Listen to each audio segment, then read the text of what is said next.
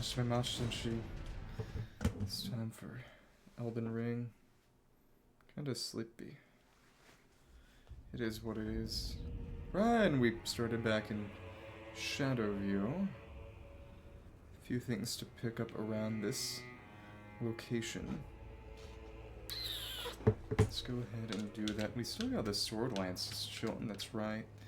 Shaman Village is gonna be over there. And oh, that was interesting. My game window suddenly moved. Don't know why that happened. Right. Let me just check the core temperature. Let's see.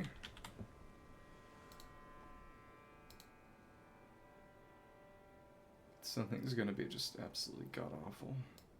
I hope not. Let's check sun here. Sun here. Yeah, things are good for now. Okay. All these... Is Mesmer or... Says who is even fighting here? That's the question. Spear. Can't really identify it specifically. The main thing is that over this way, there's a little shack. You go over here and a bunch of Scadutree Fragments. And that's really it. I wonder what I'll really use these swordlands for. So now I'm saving it up for the final fight. Hello! I'm in the arena where I did that one, fought against the Hog Rider yesterday. How are you? Feeling Italian today? Right, and that's the gateway. In the end, don't imagine there's much really here. Bet he'd be able to break those Mesmer staves. Ah, yep, we got the big archway. And yep, that's the Scaduview. Late lunch. What are you eating? The French? Okay. It's that big archway, just a bunch of Scadutree Fragments. Imagine this arena is going to be more or less empty, but what can you do? The other side, yeah, that's Shaman Village. Shaman? Wow. Okay. Oh, risotto. Interesting.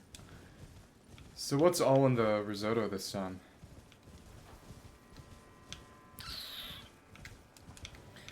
Is it mushroom? They put mushrooms in risotto a lot, right? And by they, I mean the Italians. Shrimps and fish. Jumbo shrimp? Wow. Okay, so how many... Are there even going to be enemies from around here, or... This is where he came from, so basically he was guarding the Scadutree. Big broken trunk over there, normal. Fair enough. Normal shrimp. And the entire moveset's just pokey. Okay. It's a charge attack like... Yeah, because it's got a spear moveset, despite being a sword. They didn't bring out the dancing lobsters. Okay. What else? Short sword's interesting. Guess we'll just stick with the claws again. Put some more armor on. In the end, I'm pretty sure there aren't even any enemies around here. Oh, okay. Yeah. It's called an all-you-can-eat or a buffet, generally. In the English language. Learn you something. Okay. Yeah, I'm pretty sure this is mostly empty. Other than just some random animals. Family style? I think you might just be splitting hairs. It's not the first time in your life you've been difficult. And that down there is... It's the Ruined Forge from before. Exactly. Taylor's Ruined Forge. Okay. Oh my goodness, we missed all the birds. Okay. Well, it... Oh, okay, yeah, we don't really have that in America. The closest equivalent I can think of is sometimes, and this is literally only in New York, some people in America will call that an omakase, which is Japanese, of course, because it's New York, which just literally means leave it to me, effectively. Okay. Yeah. Italy and New York. Though arguably, you could say they're basically the same thing. Okay. I really need to up the filters. Let me check.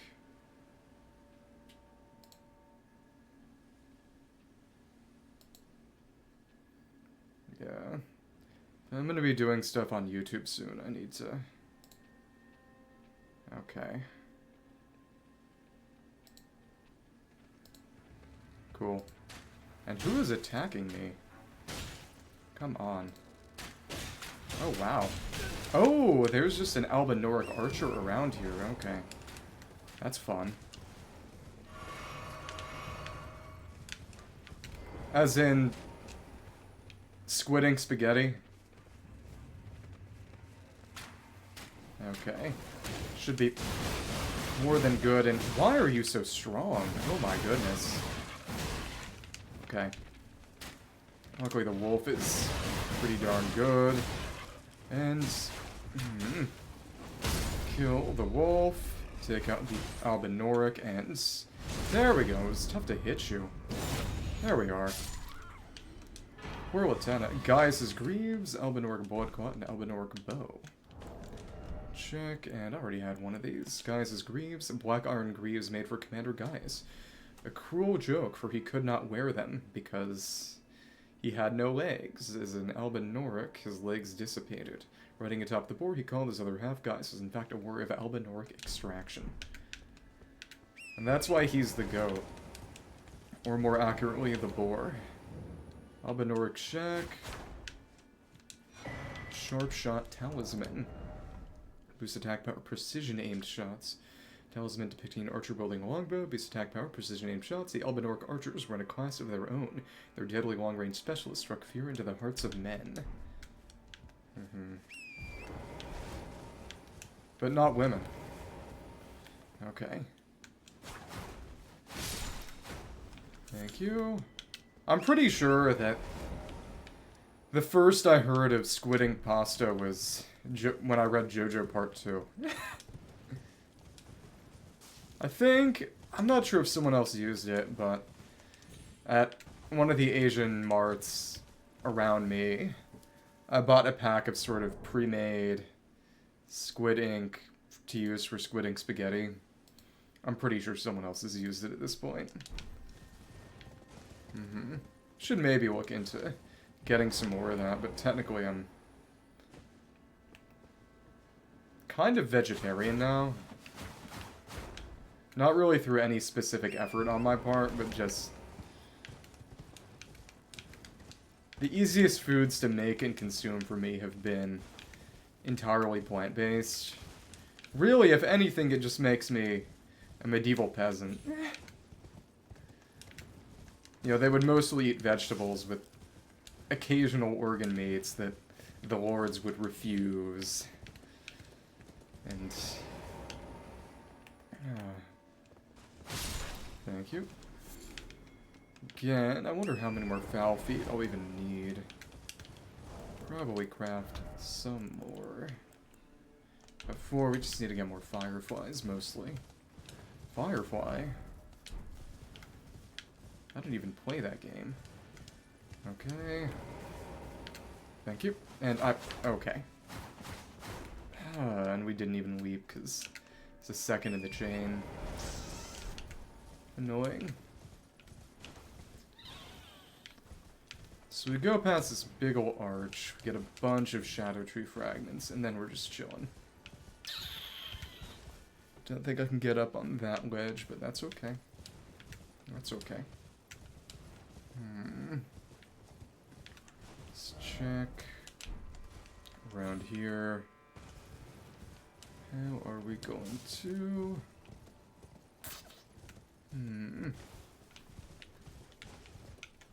This area really is empty. Kinda crazy, actually. Well... Bottle. Interesting. Are you gonna drink it, or are you gonna just put it on top of you? Would that prevent you from moving? Aren't you 3 feet tall or something, and 2 pounds?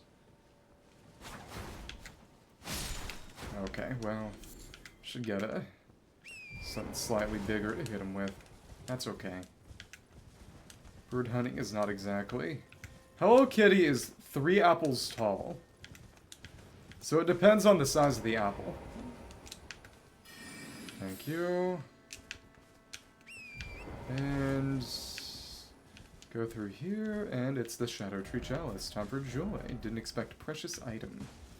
Ah, and it's dripping. Scadutree Chalice. You see the gold dripping from screwed up tree. Can't exactly go inside the Scadutree, which is sad. Likely Mr. Beast. Interesting. What's a bone shard?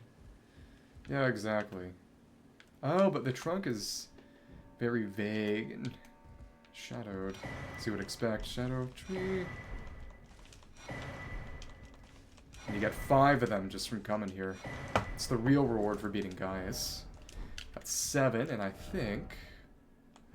should be able to get to level 14 now, which is nice. And... not really anything here. Seek something incredible, offer head, likely house. What does that mean? And that was really it here. Got more of these sunflowers, but they're all withered to the point that we can't even collect them. Tragic, really. It's a reward for going out of our way here. Hello! We are playing Elden Ring. Just picked up a bunch of little power-up items from this big old bowl. We're actually going to go over and to the ancestral village of Marika, who is... I don't know if it would be fair to call her the antagonist of this game. So the game is too morally gray to really have consistent antagonists. But she is the final boss. She has committed at least one genocide, so... I would say she's at least a little suspicious. But basically the backstory is that in the base game, they're based on sort of historical monstrous births. Me? So far. Historical monstrous births. Oh, they've got an icon for the Scadutree Chalice. That's real cool. And in like the base game, we never get to go into the funny tree, but that's life, I suppose. Yeah, exactly. The reason the base game is better is because you get to go into the funny tree. Let me check, actually. Erdtree. Is there not... Oh, we can't reach the Fractured Marika Grace anymore because we actually got an ending. It's genocide, not doggocide. Get it straight.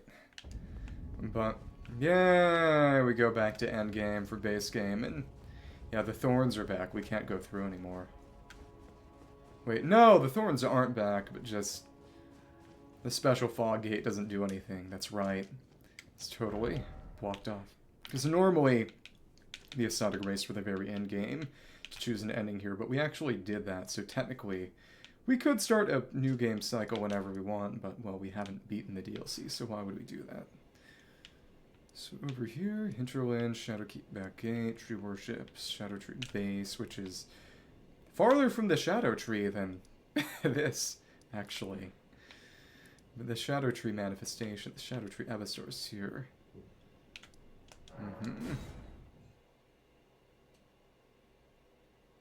Yeah, what would that be in Japanese?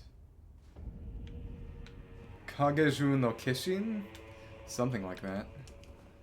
Either way, before I forget, I've got the Misericord on me, I think. Let me look into Stand it out. And that's right, we can level up a couple more times to get to 14 blessing. Max is 20, which means there should be, and it's 3 for each remaining level. Should be 17 more fragments in the entire game. So we're doing well for ourselves, yeah. Splinter, the Shadow-Tree contains Golden Brilliance, Church of America, and other places in the Realm of Shadow. I can only think of a couple churches where we got those. It's mostly been other places. The Shadow-Tree crumbles from its core. It will scatter across the entire Realm of Shadow. People of the Earth Tree pluck the splinters and use them in prayer. Main thing is, we're gonna run into an interesting thing. Oh, that's... I need to actually level the Misericord. That's right. It's been a while since I did a darn thing with it. So I didn't even think about that. Basically, one thing I'm gonna run into here is a big Fallingstar Beast, which is notable for being basically the only thing in the game where magic damage is specifically effective. It's only as effective as every other elemental damage type, but it's the only chance for me to really use magic damage without feeling like I'm nerfing myself, so we'll do that. And it's got Termination on there? What was I doing with that? Whatever. Smithing Stone, yeah, I guess we gotta buy more Smithing Stones. But there's an Ash of War called Carian Sovereignty, which creates a really huge magic greatsword and slams it down. And when used right, it deals the most stance damage in the entire game, so it's incredibly good at keeping enemies stunlocked. But it's all magic damage, so generally it's not incredibly useful. Or at the very least, unless you have a specifically magic-oriented build, you'd oftentimes be better off using something else. But this is a chance where magic damage will actually be good, so I'm going to take this chance. Use that stupid thing. Use the Misericord a bit in... Oh, my first playthrough off-stream where I used a pure mage build. Of course I did give it a magic infusion. It was entirely just for criticals. Okay. Let's buff this thing up. Get it to 25. And it was, if I recall correctly, the only base weapon I got to plus 25 in my first playthrough. Anyway, and I... Wait, did I not... Do I not have enough Ancient Stones? Do I... I just didn't go for it. Okay, so now we go back. I turn this into a... Carian Sovereignty. Shadowkeep back gate. To go all the way down. Carian Sovereignty, Misericord. Which essentially means Mercy Stroke. Unfortunately, it is in fact French. So... you can put Carian Greatsword, Carian Grandeur, and then Carian Sovereignty, which is just the best. Royal Prestige. Let's just try all of these for fun. And of course, the magic is going to do more damage with skill than Frost. Let's just take a look.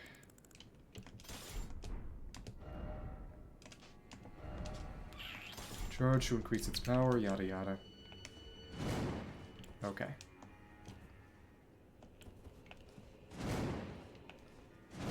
It's fun how the kick is the base Ash of War when you don't actually have one. Big and strong.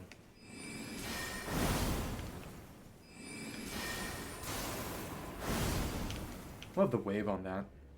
And let's try the next. Carian Grandeur. Oh yeah, and it only gets better. Charge to increase its power up to 2 levels. And this one is just strictly better.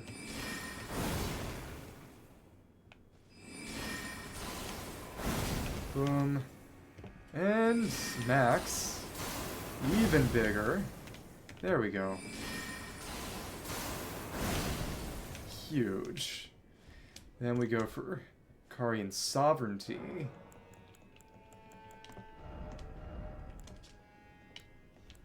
Skill passed down, the Carian Royal Family. Transform Blade into a magical greatsword and bring it down. Additional input follows up with a horizontal sweep. Charge other attack to enhance potency. This is the strongest version of them. Just check the costs.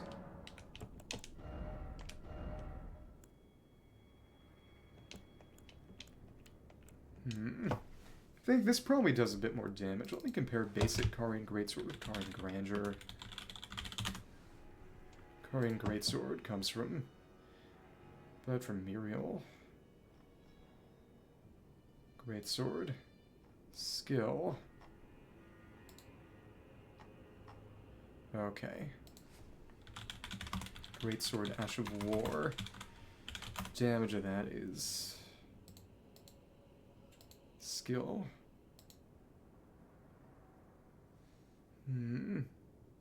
Outperforms Carian Grandeur in terms of damage. If Carian Grandeur is only charged once, charges more slowly, making it harder to use. So it does just get better. So the big thing is speed. Let's try the big one. Let's check that out. I didn't mean to do that. Okay.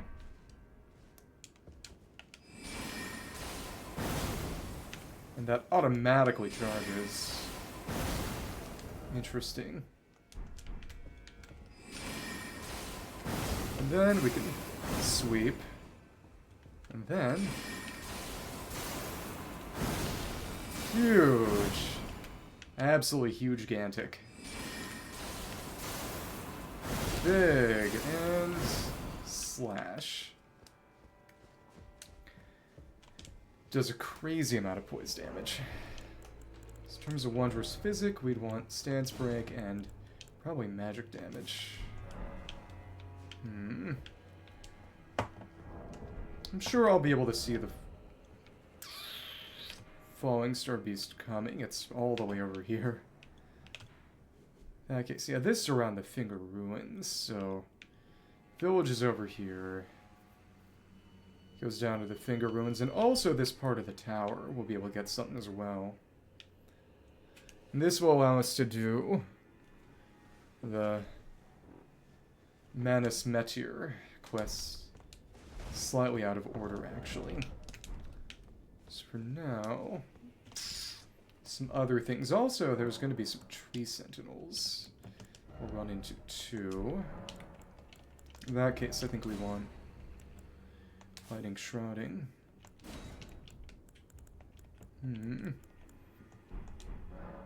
That's good and all. Then, Opaline to boost defense. Let's think about this. Go back to another weapon. And... just back to the claws. And so we've opened that door. Have mercy for the spirited away shamans, because they were cut up and put into jars. As one does. This is the Hinterland, of course. Shaman Village is over this way. Is that some kind of... is that a perfumer? What is that person thing? Yeah, but... so are the Hinterlands... literally the Behindlands. Let's go over this way first. This is, of course, technically part of Scaduview. Hinterland. And... check what we see. And... that... oh, it's just a normal bear. Wish there were a few more of the great bears, honestly. Thanks. Okay. Goodbye. There we are. Imagine that Scadutree blessing. Getting a couple more levels. Should have helped a bit there. Then we can... yeah, we can see all the way down there, Scadutree base, and... ouch. Do not touch my horse. Thank you. Surprised that didn't go down in one hit. Down there is where we fought the Scadutree Avatar. This is literally a giant walking sunflower. Gaius is over there, and then the big Scadutree Chalice. That interesting sort of... not really a half ring, it's more like a letter U. And the goats are attacking. Interesting. Thanks. And... yeah, Savage Claws will do it pretty darn well. Absolutely brutal. That's what you get for messing with me. Thank you. And... yeah, I don't know what's up with the absolute aggression of these goats. I think I see a... oh my goodness. Come on. Do I have... oh, I've got Old Lords on, not Blue Dew. Let's rectify that. Okay. Come on. Thank you. And there, I think I see a Horned Warrior. Somebody or something walking around it. Oh, no, that's the Tree Sentinel. And then that goes over to the Finger Ruins. So they're just patrolling. Trying to catch me riding dirty. Okay. Let me... assume something's going to be on the crest of this hill. Question is, of course, what? Again, I kind of wish we hadn't taken down the 2 Great Red Bears already, or that there was one that just spawned in as a respawning mini-boss, because... fought it with the Great Katana and the backhand blades, both of which weren't particularly suited. I want to try it with the claws, or maybe with horn poop. Okay. Seem red-ish. You're a bit stronger. Let's buff up and take you down. But as I was saying, with the claws, or maybe with the big AoE flame pillar attack on the Rolani's twin swords, they're not amazing, but they do okay. On something where most of the pillars can hit, and that can also be used with the stance talisman, so it'd be pretty nice. Oh, you're stronger. Okay. 2, 3, 4, 5. Okay. Interesting. Thanks. Alright. Oops. 1, 2, 3. Okay. Don't have Savage Claws up at the moment. But these are real good options, and the Blood Flame might not do incredible damage or incredible blood loss, but the big thing is that since it constantly accumulates, it prevents their blood loss meter from going down at all while we're on that. But again, just normal little red bears, nothing big. That is sad. Said I do think... guess this little area exists basically just to collect the poop with horns in it. Raw base had a big pile of poop, but there wasn't even as much of it, which is interesting and kind of sad, actually, for people who like poop. Not me, actually. There's nothing I'd really be crafting with it, but I don't know. And, oh, we can... there are gold fireflies here. It's actually pretty nice. Not a great place to farm them, since it's far from any grace, but use that for making the foul feed I need. Also, we've been here now, so let's get rid of that marker. I want to use Knight's Lightning Spear on that Tree Sentinel. They are weak to lightning specifically. Now I've got a good incantation for it in Knight's Lightning Spear. So what all is around here? Go up this little hill. Broken Rune. And... interesting. We are just at 232, and in 8 more levels we'll have 40 in every stat, which just means... even though I'm not using Giant Crusher anymore, because it is a base game weapon, does mean I'll be able to use it without having to worry about stat Rex now. Oh, thank you for the heal. Okay, okay, come on. Let's go for a normal Savage Claws. Thank you. And goodbye. Probably need a bit more starlight up in here. And it will never not be funny to me that that is literally the sorcerer I've used most throughout the course of the game. Not using anything for damage at all besides just Combat Azure once, and near the start I would use Loretta's Great Bow a bit. Batsutafu. Oh, you changed your name. It's good to see you again. It's been a while. How are you? Just playing the ring. Last time I saw you, I was also playing the ring. Have you heard about the upcoming 3-player Elden Ring Fortnite coming out? And it seems that the only thing up here was a large number of shadow sunflowers to use for crafting, which is nice, I suppose. I guess it's better than a single non-respawning arterial leaf. Okay. Let me just check this out. That bear's dead, so we're gonna go down and take down the Tree Sentinel.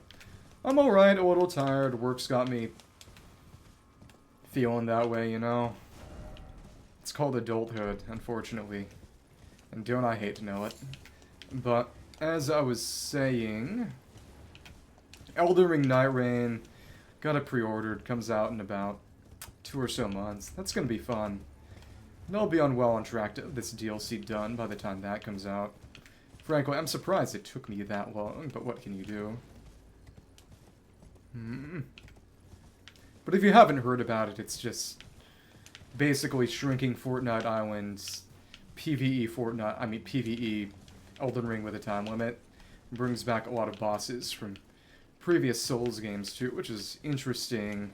But of course not just totally ported in, because it wouldn't work with the gameplay mechanics. They're significantly changed around in no small part because they've got to work with a 3-player format. So for example, one of the bosses that we've seen was and we can't get down there. That's just nothing at all, really. Though I imagine, even though we can't really look into there, I suppose maybe that's a hint that you can get to Scadutree Base by going down deep in here. Well, it's not PvP, so the Fortnite comparison is a little weak. And oh, there are 2 Tree Sentinels. I was not expecting that. I think I'm gonna go away a bit and regroup. Oh well. Getting ganked like that is certainly something. And it doesn't seem like you get up here. Either that or I'm gonna get a really nasty surprise. So let's put on... Yeah, you're just gone away now. Put on our strongest steel and then gravel stone to boost lightning. We got our lightning boost and we got our opaline, so... Now that we know you're there, let's buff up and toss lightning at you from horseback. That's what I like to see. Thank you. Golden. Black Flame's good. Now it's just Knight's Spear. Actually, we need a bit more light. Okay. Thank you. Oh, I should also put on Heal from Afar, but that's not that deep. Thank you. Thanks, okay. Oh, ouch. That is not great for my horse. Thanks. Not all of them focus all that well on... This is not a fight I should be doing on horseback. Okay, dodge. Thanks. Dodge. Thank you. Can't really afford a charge. Dodge. Ouch. Got the stance for a lot of this. It's been a while since we fought one of you guys, as in literal months. Okay. Thank you. Dodge. Thank you. Thanks. Torches. Okay. And can't do much, huh? Thank you. It's one of you guys down, but there's another close by. Summon Steed? Sure. Got a Blessing of America. That is not new. But there's another of these guys over here. It's such a fun game. I would struggle to call it overrated. I think I wouldn't necessarily call it the best game ever. That's only because there's nothing I'd really call the best game ever. It is undeniably really, really good. And this is one with a shield, because of course it is. Let's start tossing at you, and that didn't connect. Second guy, and because of course it is. Okay. Ouch. But of course we got stupid defense. Dodge. Oh, that's right. I'm actually out of blue flask, because I wasn't really prepped for a boss fight. Oops. But as you can see, its ability to deal damage to me is negligible at best. Okay. I think I'm gonna go back and...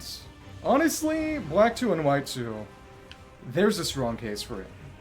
I respect your point. Gotta do is go back and get our flasks. I own the game. I bought a big Valve promo pack, Valve bundle some years ago when it was 20 bucks or something. I have not gotten around to it. Worst part is that Portal and Portal 2 are in there. Those are games I'd frankly like to play even more, and I just also have not gotten around to those. It's a shame, really.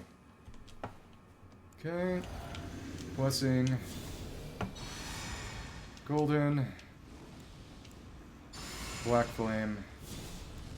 And Knights. I should. It wouldn't take that long, anyway. But it... Trying to think about what I'm going to do once I get done with Elden Ring DLC before Night Rain comes out. My thoughts honestly been Sonic Frontiers. Dodge. Thank you. Oh, right. I'm out. Thank you. Dodge.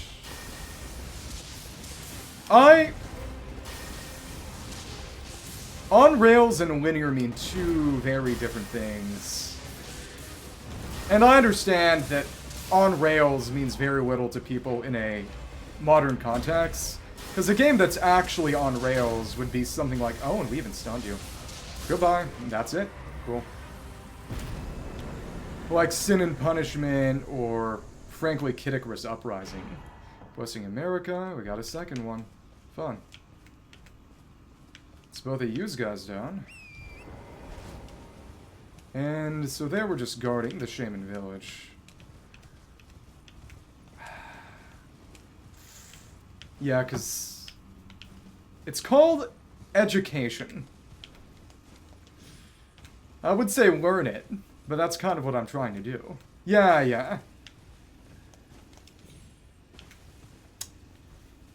Something like, well, not even sure something like Time Crisis would count as on rails, because you don't even really move. It's just a standard arcade shooter with a room focus. Oh, we can hear a little lightning crackle because of our buff. That's fun. But the big thing that comes to mind for me is Kid Icarus Uprising, or Sin and Punishment, which I imagine Kid Icarus Uprising took more than a little inspiration from. But where you're actually moving. I would be unwise and remiss to not automatically assume that anything you say is not meant to be an insult, to be frank. Okay, let's put our claws back on. These things are so fun. I don't think the wolves will get me. I don't really think there are any wolves left in the DLC, in terms of places I haven't gone yet. But, games where your character moves along a predetermined path. That would fall into the genre of generally a rail shooter. And I wouldn't call, say, a game some people might be more familiar with would be Infinity Blade. And I would not count that, because the movement isn't really continuous. It'd be more like something like Time Crisis, an arcade light gun shooter, albeit you've got a sword and it's on iOS, not an arcade machine. Hinterlands Bridge, and this goes over to the Finger Ruins, so this would be where our Fallingstar Beast would be. Interesting. But when you say the word corridor in conjunction with a game, what comes to mind for me really is Oh, Final Fantasy 13, which I imagine I'll play one day. But it's something that people often bring up in terms of games that are really, really linear. People say that the game is really just a series of corridors. Let's go down one hallway, then the next, and fight things along the way.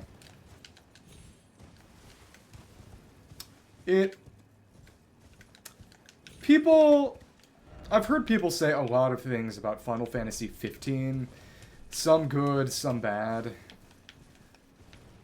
The big thing is that it's just very, very different. Every now and then, when I hear about something dystopian happening, a lot of people will compare various political figures to Dr. Breen. But what I think about is the cut Manhack Arcade. Just... You might have heard about it if you've looked into a bit of Half-Life 2 cut content, but essentially, there were going to be... And I'm not sure if... I'm pretty sure that the robots made it into the game, but the arcade didn't. But there were these sort of spinning, bladed helicopter robots that would just try to chop your head off. But one sort of world-building aspect that didn't make it into the finalized game was that they would be controlled by just normal people in an arcade thinking they were hunting monsters or just playing a game or something. Which, frankly, they might have cut it because it's very similar to the book Ender's Game. And that, it's glowing. Interesting. But every now and then I think about that as something suitably dystopian for the present moment. In what sense? I don't know. But it's an incredibly vivid image. Okay. Got up and crested this hill. So how else? Is that little ledge down there, but I'm not sure where that goes. Jail? Interesting. That's a detail I was not familiar with. Fair enough. Yeah. I read Ender's Game when I was young, liked it a lot. What I also read was Ender's Shadow.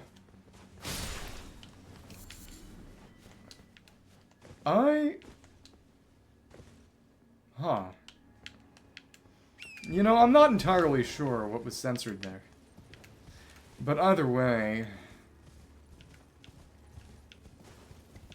Can I get down here? That would be too far to fall. But Ender's Shadow is about Bean, who is a side character in the original Ender's Game, who is revealed to be sort of genetic experiment test subject guy. It's interesting. Cot.jpg. Okay. Interesting. I imagine someone's got... Because what's annoying is that it cuts out the entire message. Yeah, I turned it up because eventually I'm going to start multiing on YouTube and also just keep the VODs relatively clean. But as I was saying, I wish there was a setting to make it like Roblox, where it would just censor the individual word with asterisks, but not just cut everything. Yeah.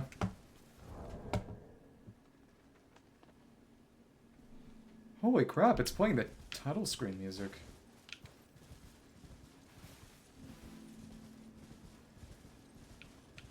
It's true. In your defense, you don't know English. But also you don't know English. Yeah, but we got the title screen music because this is America's birthplace. Someone coming to get me. And minor Erd tree. Little tree. Continuously heals allies in the area. This thing is actually terrible. Secret Incantation of Queen Merica. Only the kindness of gold without order creates a small illusory tree that continuously restores the HP of nearby allies. Merica bathed the village of her home in gold, knowing full well that there was no one to heal, as they all got chopped up and put in jars. I'm not kidding.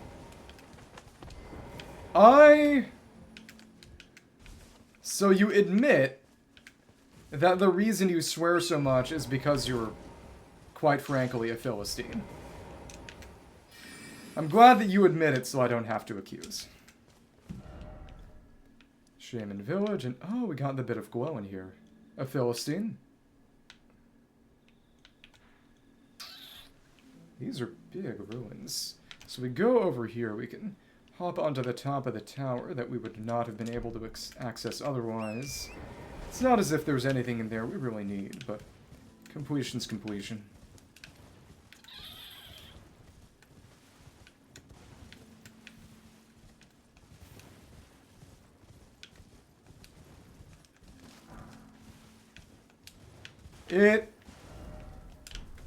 Quite frankly, I would prefer you swear less and commit actual crimes. It's less Reddit. I swear, I hear some enemy here. Though I imagine it being totally empty is...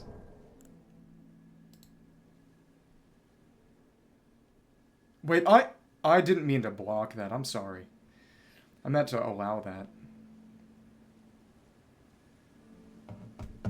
Something about Katana. You said Chatterino. Let me look into Chatterino. Twitch and YouTube. Improved extended version of the Twitch web chat. Interesting. Huh. I will think about this. Okay. Thank you. Thank you. I mean, I've picked locks. I've done some basic lock picking before. In other words, that would make me a rogue class, unfortunately. I don't know how I feel about that. I wouldn't really say that rogue fits me all that much. But the most RPG class thing I've ever done is... pick a lock.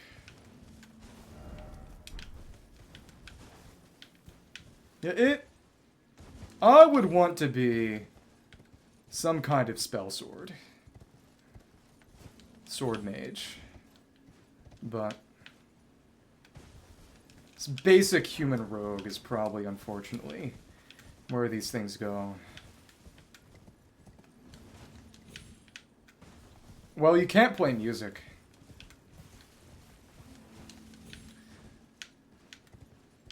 A bard who can't play music, at that point you just get killed. You get thrown out onto the street and people laugh at you. Maybe even throw a couple rocks. Okay. Do I have... now that I think about it... do I have Fire's Deadly Sin? Incantations...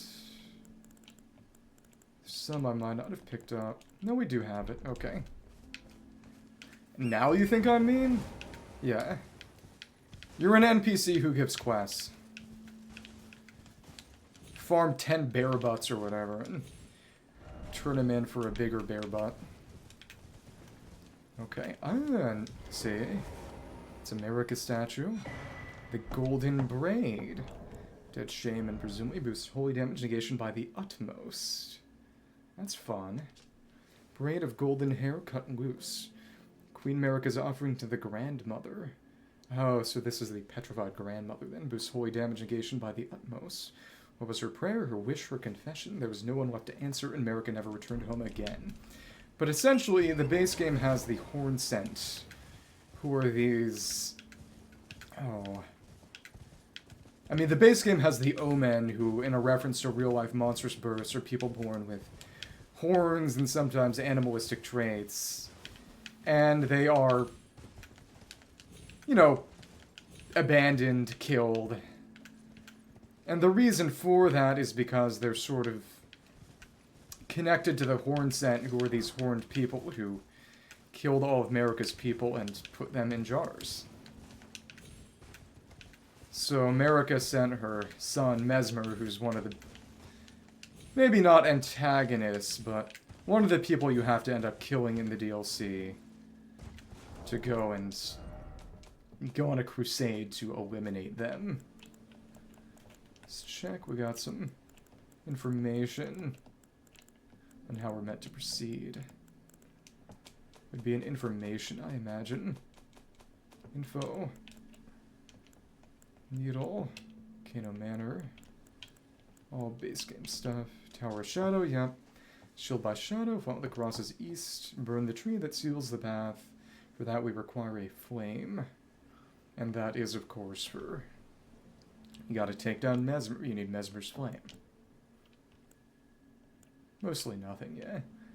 I love how the notes in the DLC are so much more characteristic. This one's torn and covered in insect threads. It's got a bit of furnace, flaming whirlwinds, yeah. Sacred Tower. Haven't seen this yet. We got this there. Yeah. Okay. The only thing left in the village is going to be to find our way down here and get into the tower. Right, we can just drop down to the ledge over this way. But other than the route to jump to the tower, I don't imagine there's anything else. So there's 2 Tree Sentinels and that golden braid. It's of course the best anti-holy damage. Talisman are our rewards for going through here. I love my horse. What is interesting is that Night Rain is not going to have the horse. Instead, it just makes the player run a lot faster, which is funny. I imagine it's some kind of performance thing, but still. Let's drop down. Rest of the way over to the top of Rabbath's Rise, which, again, ain't all that much, but get a funny bell bearing.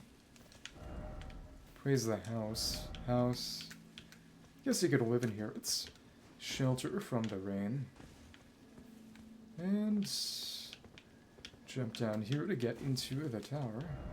Jumping required ahead, and here. And Shadow Altus. Bit of damage, Rabbath's Rise. And over here we see the puppet of Anna, another sword hand. Puppet of Anna. But we won't engage with that part of the quest. Okay. And this is our Spell Machinist Bell Bearing. Spell Machinist Bell Bearing, and if we try to get down here, I think we would probably just die. So let's not do that. There's nothing to gain from dropping down here anyway. Bell Bearing of Spell Machinist Rabbath, offered to the Trinmin-Huss Roundtable Hold to gain access to the following items. Rabbath's Great Bolt, which are just magic ballista bolts, and we don't use ballistas. I imagine this is Rabbath. You're intangible. Okay. So we can't really get back up. Let's try dropping down these tombstones. Again, it's just going to take us over there, but I imagine that would be a way to avoid one of the Tree Sentinels if he felt like it. But yeah, we've got what we need to go ahead and take down that Fallingstar Beast with Carian Sovereignty. You're a Slow King? A big clam bit you on the head. It sounds painful. Was it deserved? Alright. Alright. We'll get into that. Yeah, but the big thing is that one of the reasons that I'm still Twitch only and no YouTube is that Slow Queen? Slow Goblin? Like I said, one, I need a solution for, you know, making the chat harmonized, which, well, I have now, thanks to you. Appreciate it. But also, you gotta make thumbnails. So I'm waiting for some art commissions to finish so that I can have stuff to make it with. Okay, we can survive that drop. That's good.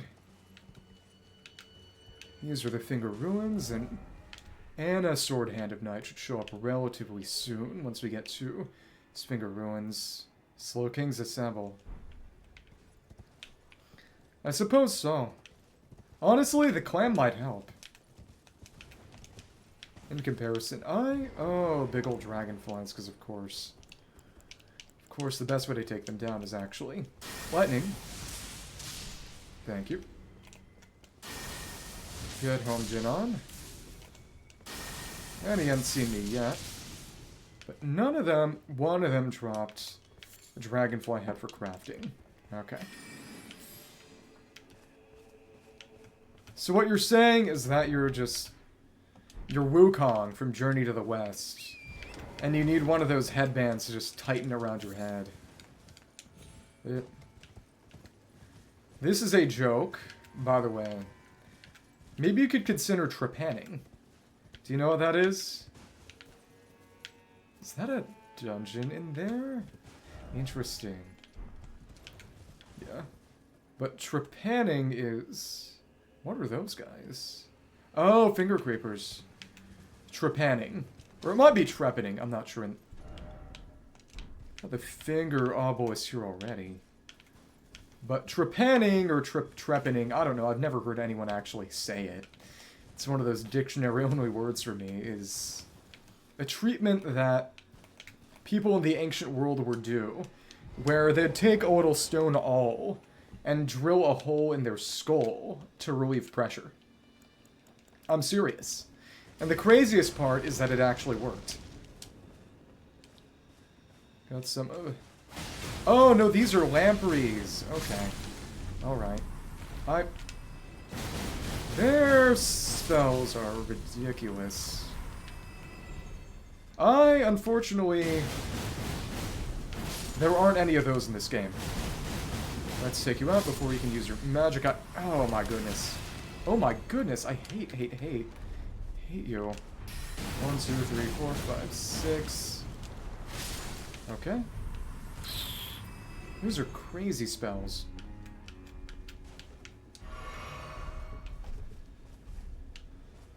I suppose you figured out your way to shut down argument. Okay. This is an epic thought-terminating cliché moment. Okay. Let's keep on going, and... keep on going. I don't know, I guess you could psychically send your pain over to me. I probably deserve it. Let me check. Don't worry. It's nothing. Okay. Frankly, I'm not sure blue would be the right color in this situation anyway. Okay. Let's keep on slashing. Turtleneck meat. And... Thank you for completing the joke. I didn't want to do it myself. Okay. And...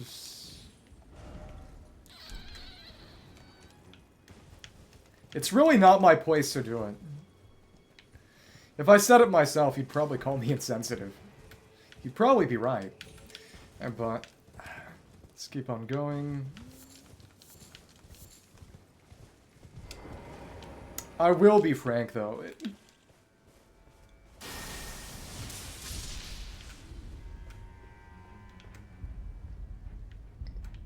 Well, it's not really a conversation I can participate in, because there's no way to say anything about it on my part that's not going to make someone angry. So it's a lose-lose situation all around. At least for me. I imagine you enjoy it. Okay. The homing's not great. I guess we could try the pest threads.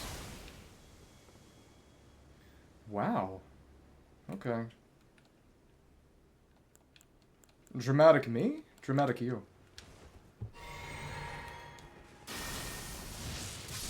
Yeah, I will say, one thing that I do find interesting is people will discuss how American society doesn't have a lot of cases. I mean, a lot of people oftentimes don't really believe in the idea of a win-win. And sort of believe that, you know, to get ahead, you've got to be screwing someone else. But what's even more interesting than that to me is that a lot of people don't really understand the idea of a lose-lose. Which is to say, they presume that if you're screwing someone else over, that it's got to benefit you in some way. Which is interesting. Because it's one thing to think that if you think that everything's a zero-sum game, you ignore the existence of positive-sum games, but you also ignore the existence of negative-sum games, to say. What word? American? I complain about Americans more than you.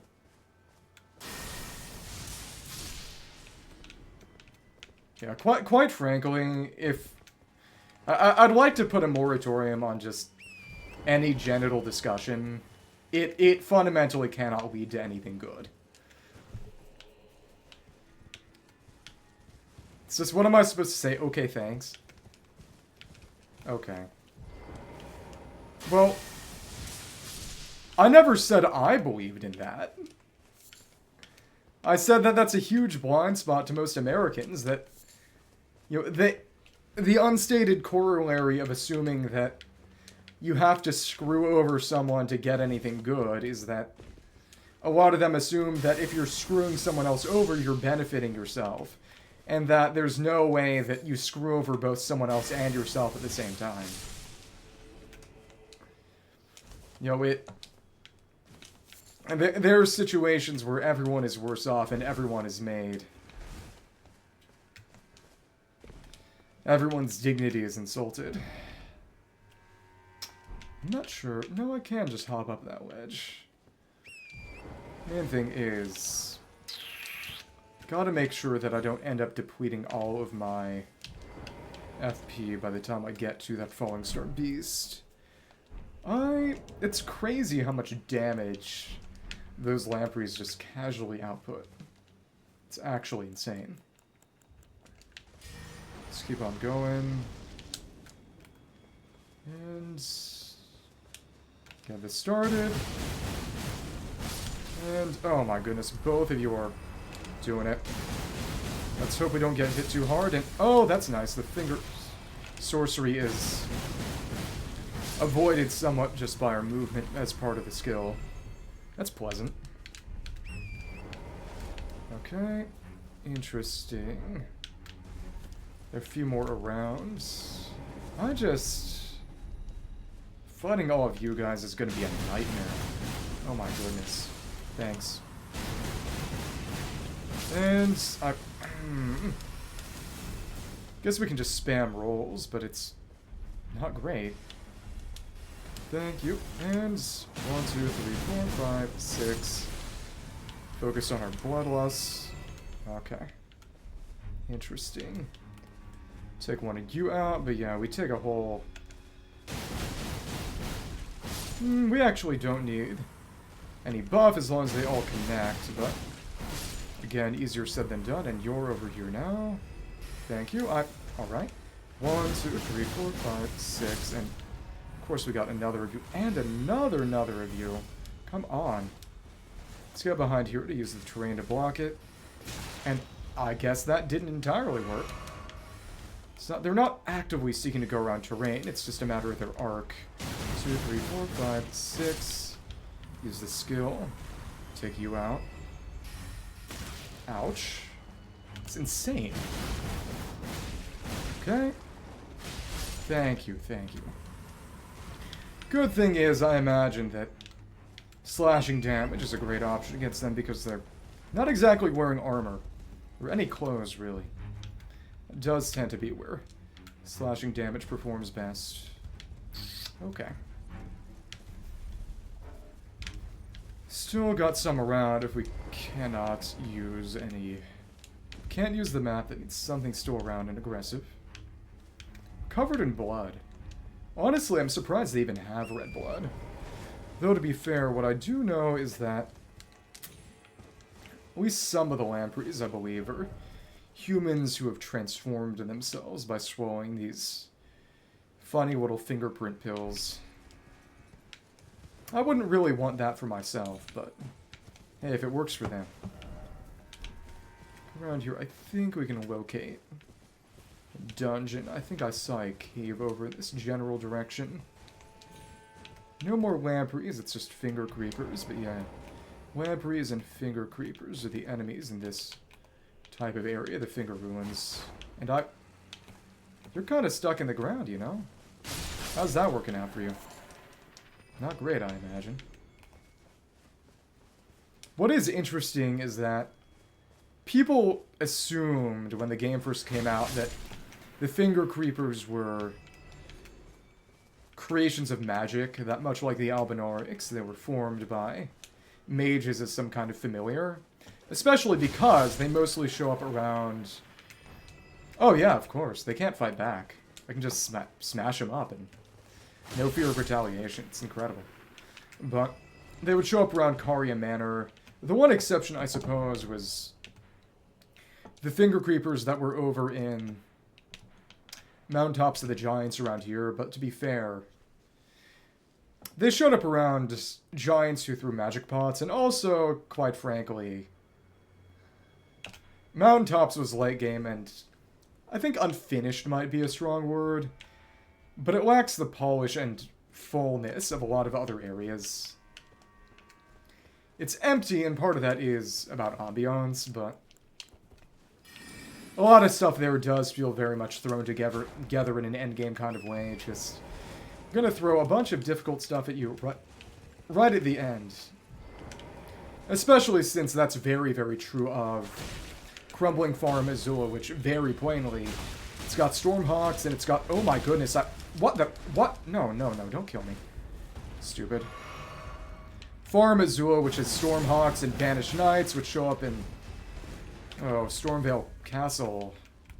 And it really does feel like they just brought them back in order to have a callback with early game enemies in a late game area at a higher level of strength, just because, well, it's the end game, and it's cool that way. You know, in a similar way to the fact that there was a draconic Tree Sentinel right before Malekith at the end. I don't necessarily agree. Yeah, but the fingerprint nostrums and oh my lord, okay. Thanks. Come on, come on. I should have actually looked. I should have looked.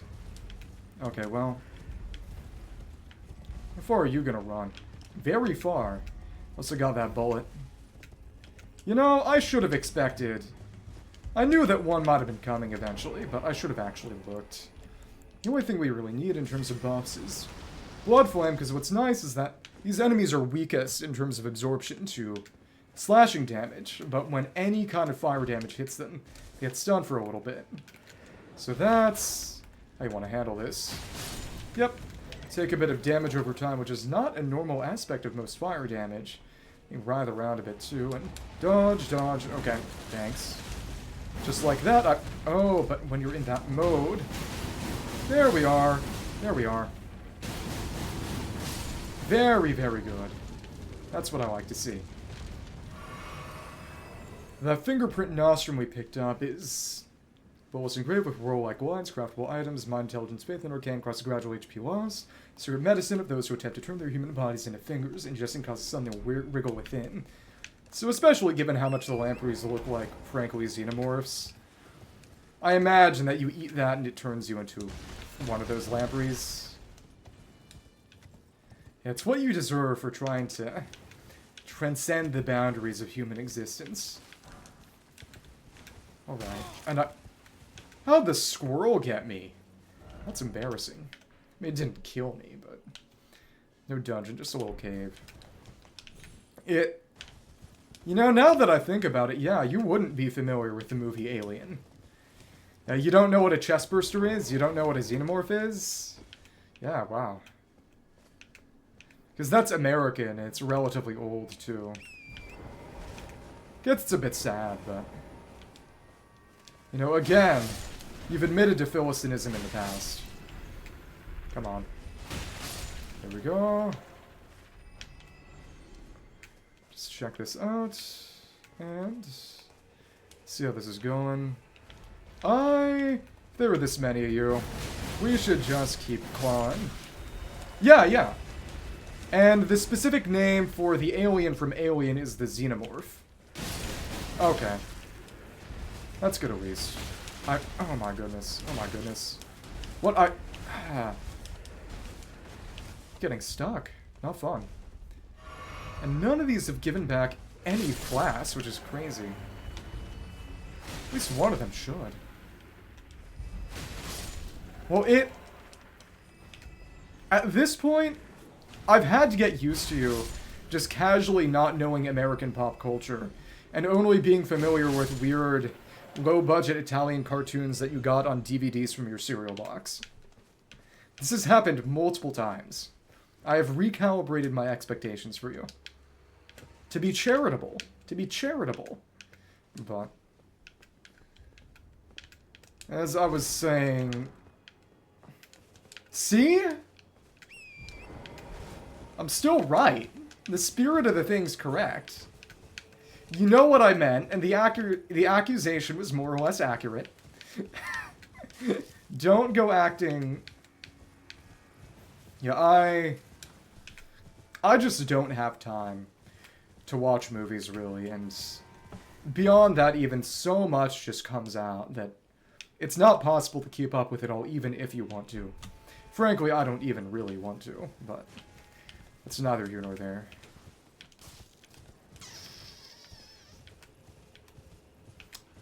As long as I know enough to make snide comments and be a hater, I'm satisfied. We're covered in so much blood. And yep, we can see the Fallingstar Beast over there.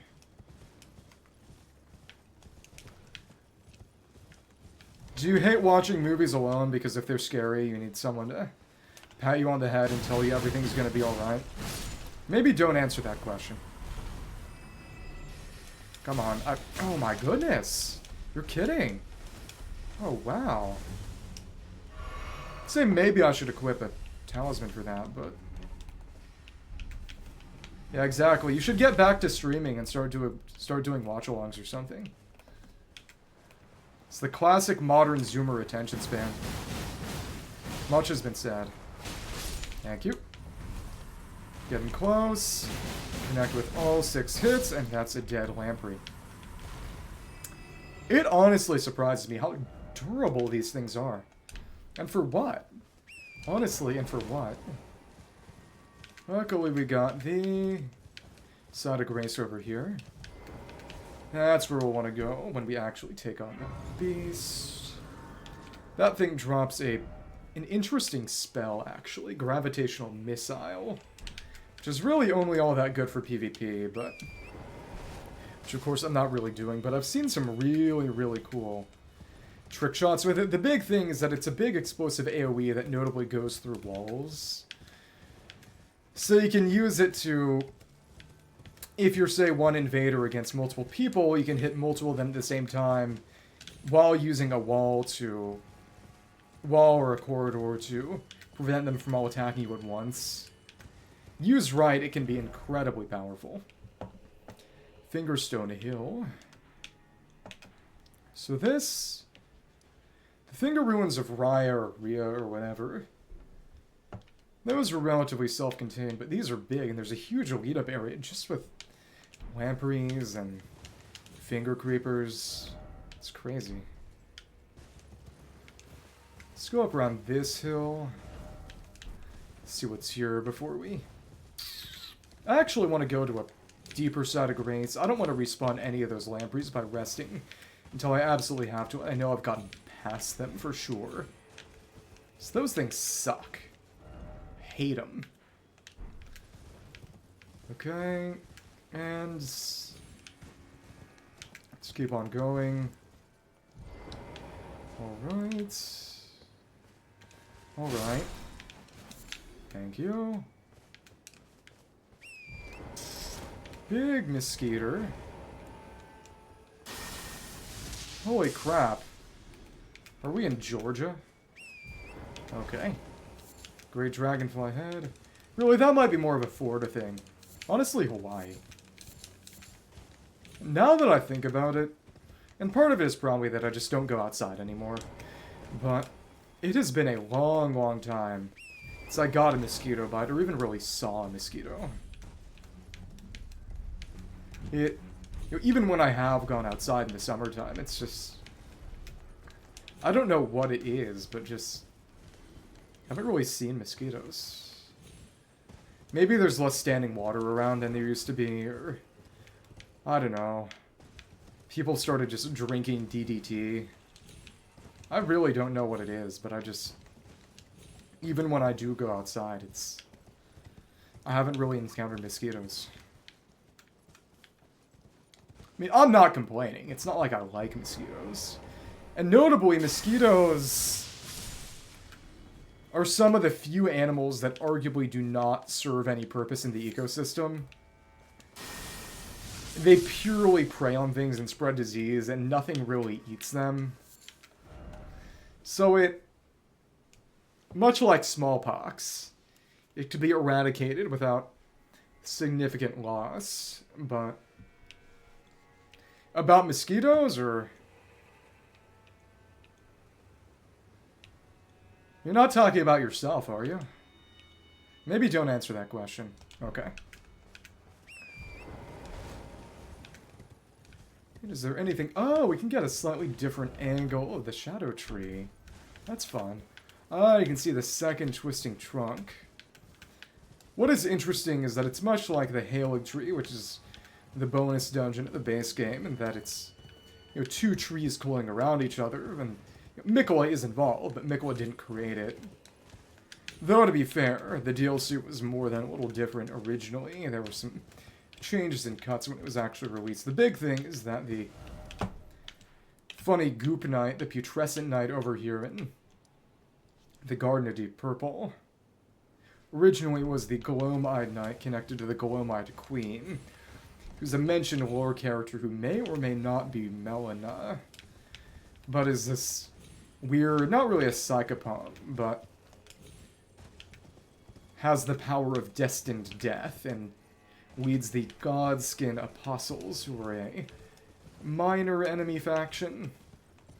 But the Putrescent Knight was meant to be connected to her originally. And I think we should buff up pretty significantly before taking these guys on. And that is one big Fingercreeper, and a lot of them too, and for what? Let's get Blood Flame. Thank you. Let's just take them all on. Thank you, but there are two of them here, excuse me. So now, two big ones too, oh my goodness. Alright, and dodge, okay, thank you. Never mind.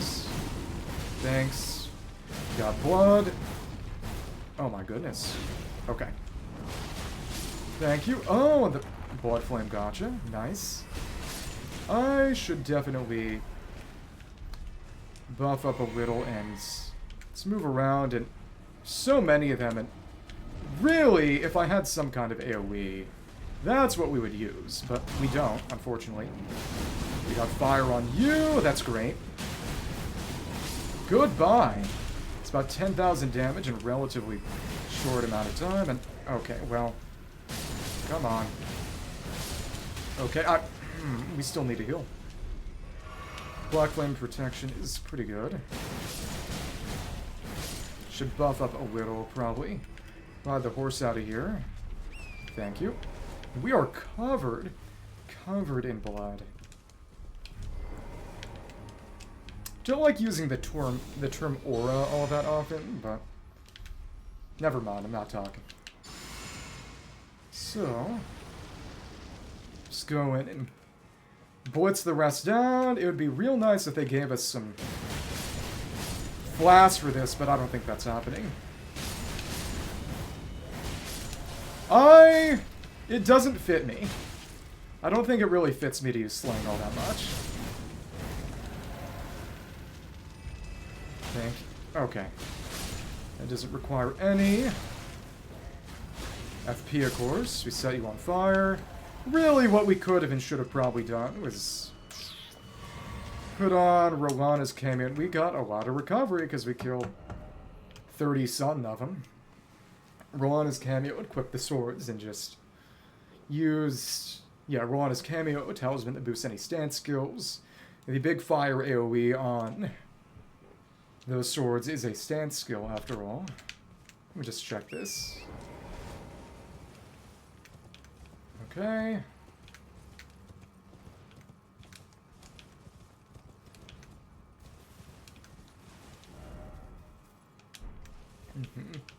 And in the end, I don't really mind when you make period jokes, I guess. But it really is just a matter of I have no frame of reference. And it's one of those third rail type topics that, you know, if a significant number of people were ever watching, no matter what I said or what I didn't say, someone would freak. Someone would freak and try to get me run out of town on a rail. Yeah.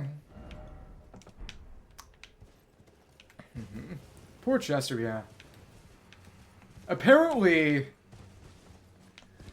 the new gal who they brought in to replace him in Lincoln Park, apparently she's understandable, thank you. In the end, you don't have to constrain yourself that much. I'm just explaining my thoughts on the matter. But as I was saying, I think she's an anti-vaxxer or something, but either way, she's some kind of absolute nutter. And it soured a lot of people on, if not old Lincoln Park, because, you know, it's not like she was there, it's just anything new. It's just, what am I supposed to do? Stop singing Remember the Name? Well, actually, that'd be rapping. And I still can't rap. To be fair, I give up trying.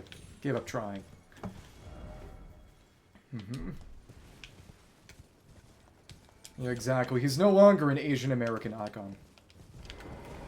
Just see. The claws in. Just love this weapon. The degree to which you move forward on the basic attack. It's just incredible as a gap closer. Okay. Okay. Well, it's more that I can't get a tone of voice that sounds natural and not stunted. I don't have the voice for it.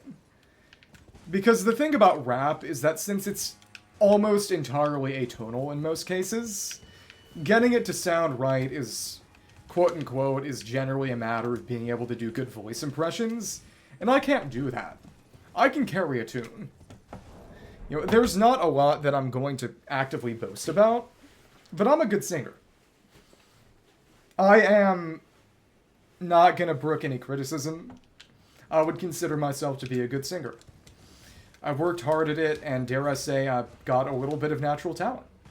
But I can't do voice impressions. I just can't. You know, you've heard, the only Family Guy impression I can only even kind of do is Lois, and even then it's bad. But, and to be fair, some of it is just perspective, that in the end, I could try just doing it with my own natural voice. Well-educated in being dumb and cringe. You know what? Let's go ahead and put on the Twin Blades and try using Rabbath's. I might not even have it. Did I put it away? Yeah, I think I just straight up put the swords away. Because I didn't really have any use for them. That's sad. Close enough. Oh, because we weren't two-handing. Peter, the horse is here. The lowest impression is almost 100% just speaking in a really nasally voice, which comes easy for an adopted Midwesterner, but It's funny because it's bad, but...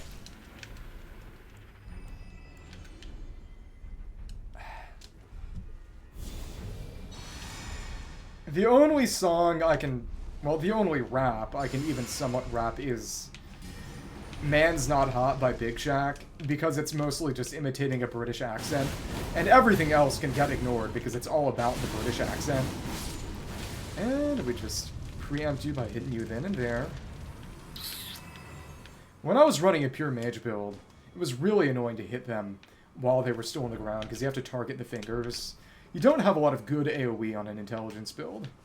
You have a lot of funny projectiles that do different things like that gravitational missile I mentioned, but you don't really have AoE.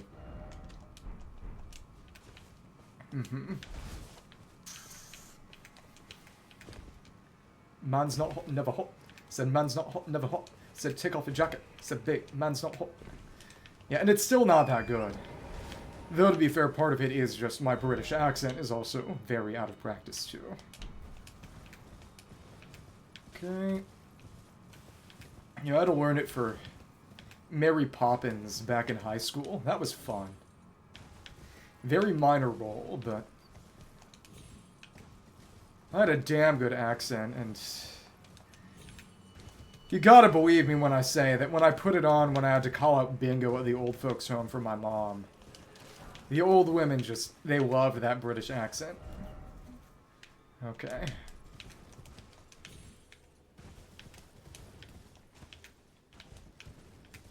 There was, back when I was in choir in college, usually in,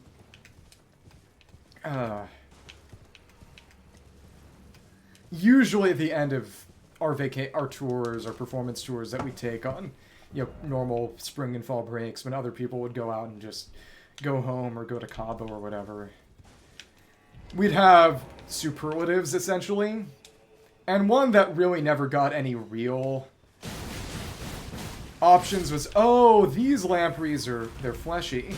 They don't wake up as easily. I think these are the ones that are presumably transformed from humans.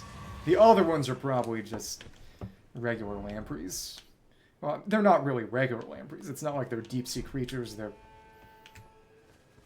more like snakes, but you know what I mean. But one of them that really never got any real entries was Robbing the Grave. And one time, one of the guys, who was a rich heir of some company or other, actually, which is funny, he nominated me for that at the end of tour and said I was the Gilf Hunter, which wasn't based on anything. He just thought it was funny. But in retrospect, it's pretty amusing. Okay. And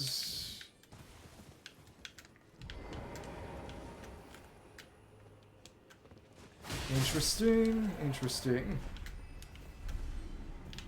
But, you know, apologies for making everything about Genshin, but, you know, what I said about earlier about, you know, no matter what I said on that topic, some would take offense, a legitimate offense, as in, I couldn't blame them, it's just, there's nothing to say on that topic that isn't going to get someone offended, and for good reason. Back when Not One first came out, and I will admit that, you know, they definitely changed it a bit around development, and it could have been handled better, though, to be fair, everything can always be handled better. It's just they were saying, yeah, they gave them all these modern designs, and it wasn't really, you know, it wasn't really authentic, quote-unquote. But I was just, what I said, and I was talking with a really stupid and really annoying person who I absolutely hate. I don't talk to them anymore. They might be dead. Honestly, they might be dead. I'm kind of okay with that. But, essentially, what I said was, you know, frankly, it was a massive own goal. When they announced Not One, they screwed themselves 5 years down the line. Because there is no way to depict indigenous culture that is not going to get someone to take legitimate offense. There is no non-offensive way to depict indigenous cultures, because everything tied to it has been offensive in one way or another sometime in history. No. They don't talk about Genshin. They haven't played that game in 3 years. Yeah. They have not played that game in 3 years. They played Inazuma when it came out, and they dropped the game, never to touch it again. But this was someone else, and why is there so much fog? And someone's coming. But it was just the big thing, and I will say that it's very, very obvious that, you know, Yansan, who is coming out in a couple weeks, and I'm pretty excited for her, even if she is a 4-star, because she's also just stupidly good. Stupidly good. That, her design is very different from every other Not-One character. And it's very clear that, oh, hello, worst nightmare, and 076. We're discussing, you can't smell me. For one, I took a shower, and two, we're over the internet. Either way, nice to see you. How are you doing? As I was saying, it's very obvious that, unfortunately, I'm talking about Genshin, I'm sorry. That, originally, Not-One was gonna be, you know, stereotypical tribal. I shower every day without exception. But stereotypical tribal, bones through noses, wearing skulls, etc. I'm not a snake. I am not a snake. Maybe you wish I was, for reasons unknown, but I'm not a snake. Yeah, exactly, but... And then all the Not-One characters came out, and they had sort of, you know, modern urban culture designs instead of, you know, tribal bones through noses, etc. And, you know, there are people saying, why didn't they give them, you know, more authentic tribal designs? And the reason is, well, people would have taken offense to that for being stereotypical in the same way people took offense to the urban designs for being inauthentic. There was just no good way to do it, and quite frankly, they never should have announced Not-One. They announced it when the game came out, and there was never going to be any good way to make it that would not cause someone to take legitimate and justified offense. Because there is no way to depict indigenous culture that is not going to offend someone, because there's nothing connected to indigenous cultures that has not been, at least some point in history, made derogatory. And I guess you could argue, you know, that's not necessarily a reason to just never do anything in conjunction to it, but it's just...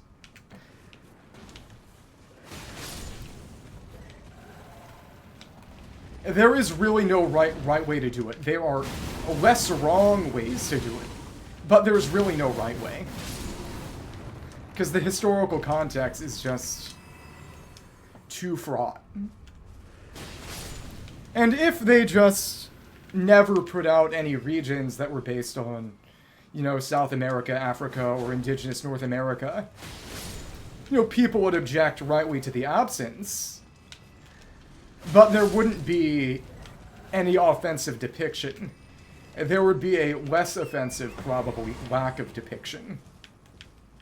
And to be fair, I think they also just didn't expect there to be as much international interest in the game when it came out as there ended up being. Though, to be fair, that was mostly due to coronavirus and has almost entirely gone away. About 2/3 of their revenue comes from China alone. The international audience, even the just Japanese international audience, which is, you know, of that remaining 1/3 of revenue, about 2/3 of that comes from just Japan. The only non-Chinese market that they have any reason to even remotely care about is the Japanese market. And even then, they don't really do that. I think that they were very much under the impression, they probably realized about a year or so after the game came out that they were going to lose their international audience, because of course the only reason you had, quite frankly, normal people playing Gacha is because everyone was stuck indoors because of coronavirus. That was chronologically contingent and was going to end quickly anyway. And then I think they realized that once Not-One came out, the rest of their audience was going to go away. Because they just made a bad decision by putting in a region based on indigenous culture. And again, there was no way to depict that is not going to cause someone to take legitimate and justified offense. And that even if they manage to keep their audience for most of that time when not one dropped.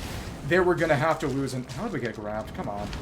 They were going to have to lose most of the remaining international audience just because, quite frankly, the representation problem was always going to be a problem just because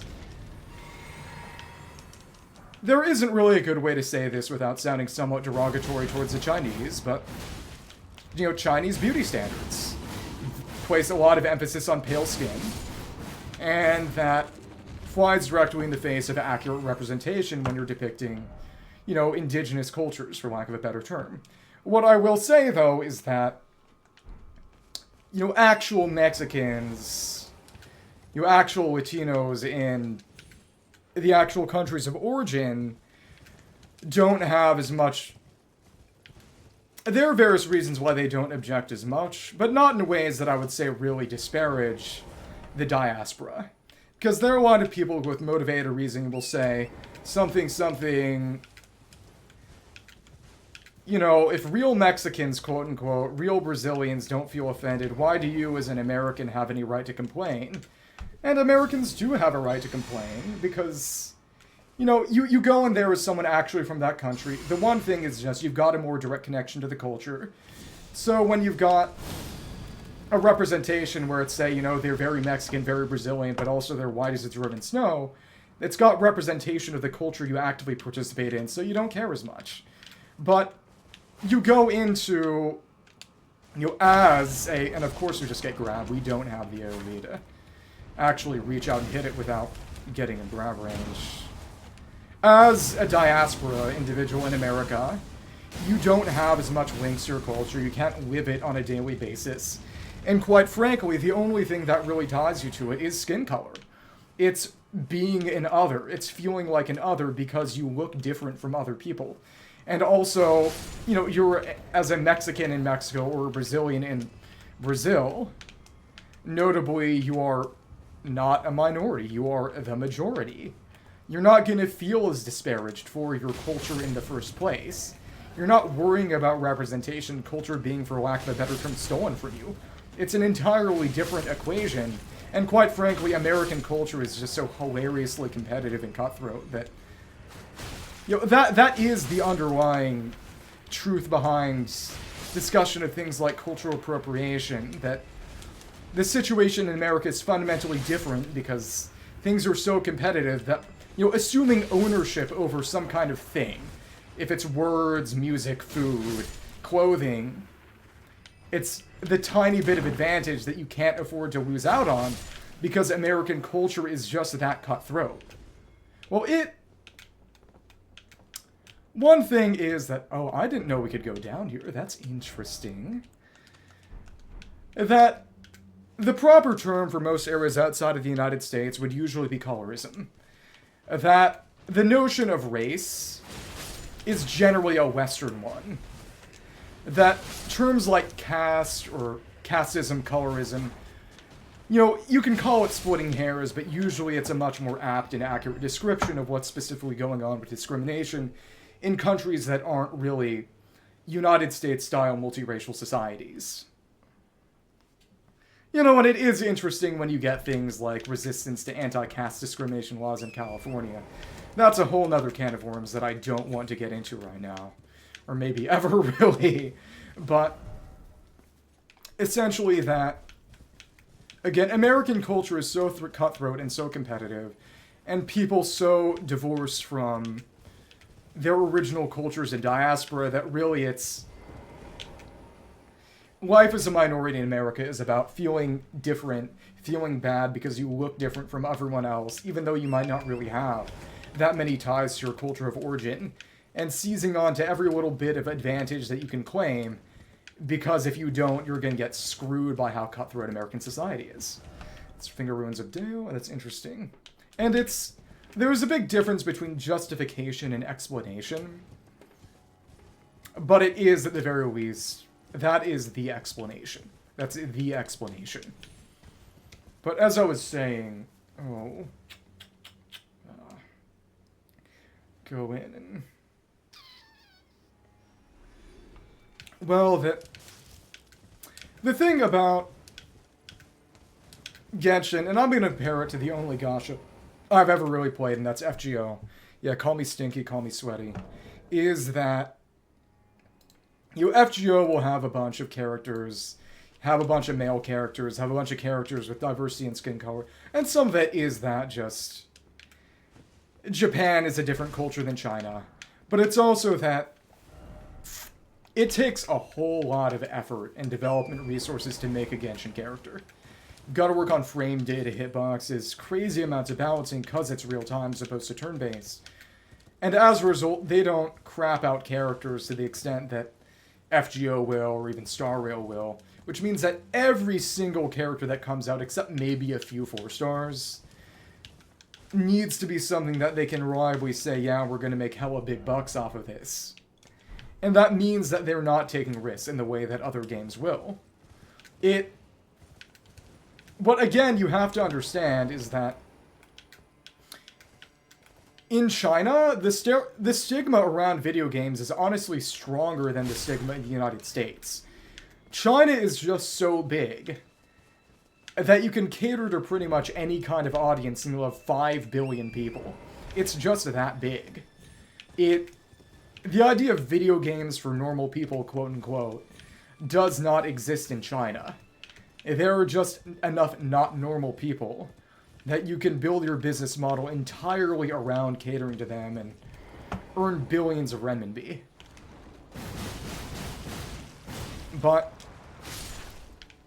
And like I said, what that means is that, and this is a bit of an oversimplification for the point of argument, but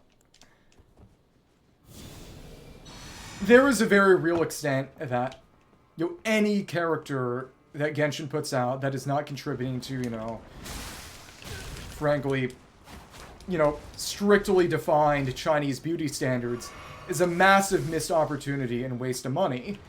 Because, the primary audience, and I don't mean this to disparage, because a lot of it is that the population mathematics of China are such that there are a truly staggering number of men who, no matter what, will never be able to get married because there simply are not enough women. And which means that, to a greater extent than in America and even Japan, the point of a video game is escapism, and it's, frankly, a girlfriend or wife substitute. And it's a fundamentally different equation. And dodge through that, and oh, you're kidding. Luckily, we're not stuck. Interesting, that didn't actually trap me. Huh, okay. Let's not get stuck, but oh, that's the same exact binding as the Fingercreeper. That's fun. Let's dodge through that, and dodge. Very nice. Be fun if we got something like that. Doubt we ever will. Thank you. And we even dodged past that, and oh, you're stronger. You're stronger. So if we want to take you out, we actually need to use Blood Flame Blade or Golden Vow or something like that. Golden Vow is probably the best option. Okay. But, as I was saying, essentially, in a very real sense, the Chinese Genshin fanbase, and I don't mean this to disparage them, because they operate in a very different societal context. It's, they'll C6 R5 and wail on anything with a coochie and refuse to touch anything else. And under that set of circumstances, it's difficult to justify as a businessman, as a developer, putting out any character that doesn't cater to that audience. And a lot of people have said, but Love in Deep Space is so successful, so clearly that means they should try putting out more male characters to cater to that audience, but the issue is that the exact opposite is true from a business perspective, because it makes it not worth competing for that ground. Because that's a game that is built entirely around appealing to a single audience, and the only reason Genshin is able to scoop up that audience without any real effort is because there was no game of real high quality and high production value catering to that audience. And now it's just, why are you going to drink Diet Coke when you can have the real thing? You know, a game that's going to put out 1 or 2 dudes every year that, and to be fair, the sort of bargain, but to be fair, this was before there was real competition, was essentially that there were going to be relatively few male characters, but they were all going to have, you know, outside story influence and development to compensate for that. Even if there weren't as many coming out, and to be fair, there is a very real sense. You look at female-targeted gacha games like Love and Deep Space, and, you know, for example, Disney Twisted Wonderland and, God forbid, Tears of Themis. You know, they don't cater to a harem mindset. They have 6 or so guys, or at least fewer, and the idea is essentially you get really into one guy, and multiple of the character releases are essentially different versions of the same guy. You are meant to get invested in one, invest in them specifically, and besides, you know, constellations exist, but Genshin is not built for that kind of model. I did hear about that. Frankly, that's a bit silly. You know, in the end, you know, if you're not harassing other players, I don't know why they would or should care. It's just, do whatever, I guess. But, oh, as I was saying...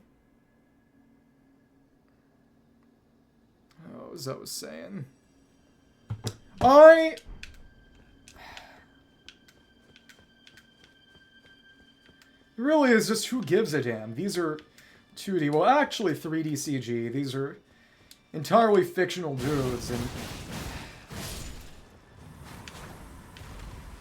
Okay. I mean, I will say, though, it probably made some of his fans feel better, and I think that was probably the calculation they did. These are entirely fictional characters. You know, you block and move on. You block and move on. If they were insulting the devs or the fans of that character, that'd be one thing. But to me, it just seems incredibly lame to me. Okay. Got a few Lampreys. You know what? Not much will we miss if we just buff up. Let's do it.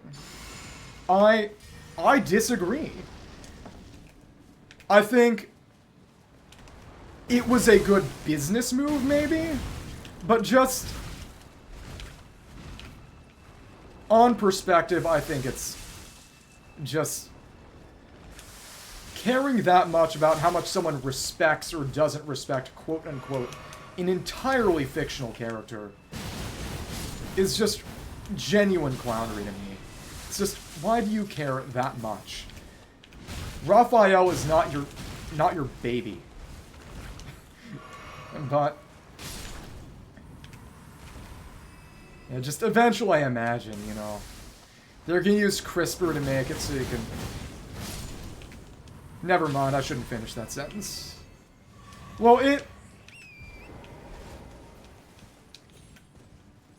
that'd be Baidu or Xiaohongshu. They don't really have Twitter in China.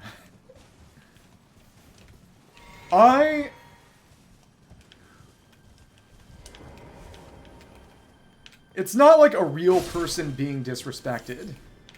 I think that's entirely false equivalence. And I imagine it was almost entirely it would have been a business move to make their fans happy. Because, you know, the entire point of it is it's a Yumejoshi thing. And I don't mean this as an insult, but the entire point is that they are meant to be substitutes for real men. And as a result, the developers are obligated to, in at least some way, pay lip service to the idea that they are in fact real men. And as a result, this sort of protection makes sense. But it's not a moral move, it's a business move. And I respect them doing business, but it's a business move. But, as I was saying... Oh, I think the Starlight's making the mist a bit more annoying to deal with. But, as I was saying...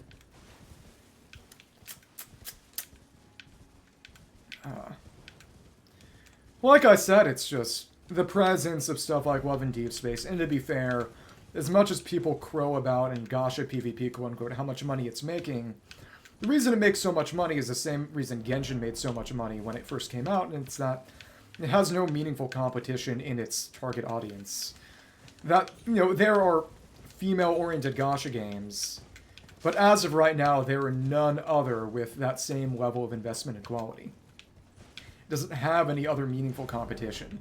You know, those figures are going to go down very, very quickly once actual competition shows up and happens, which maybe that might not happen.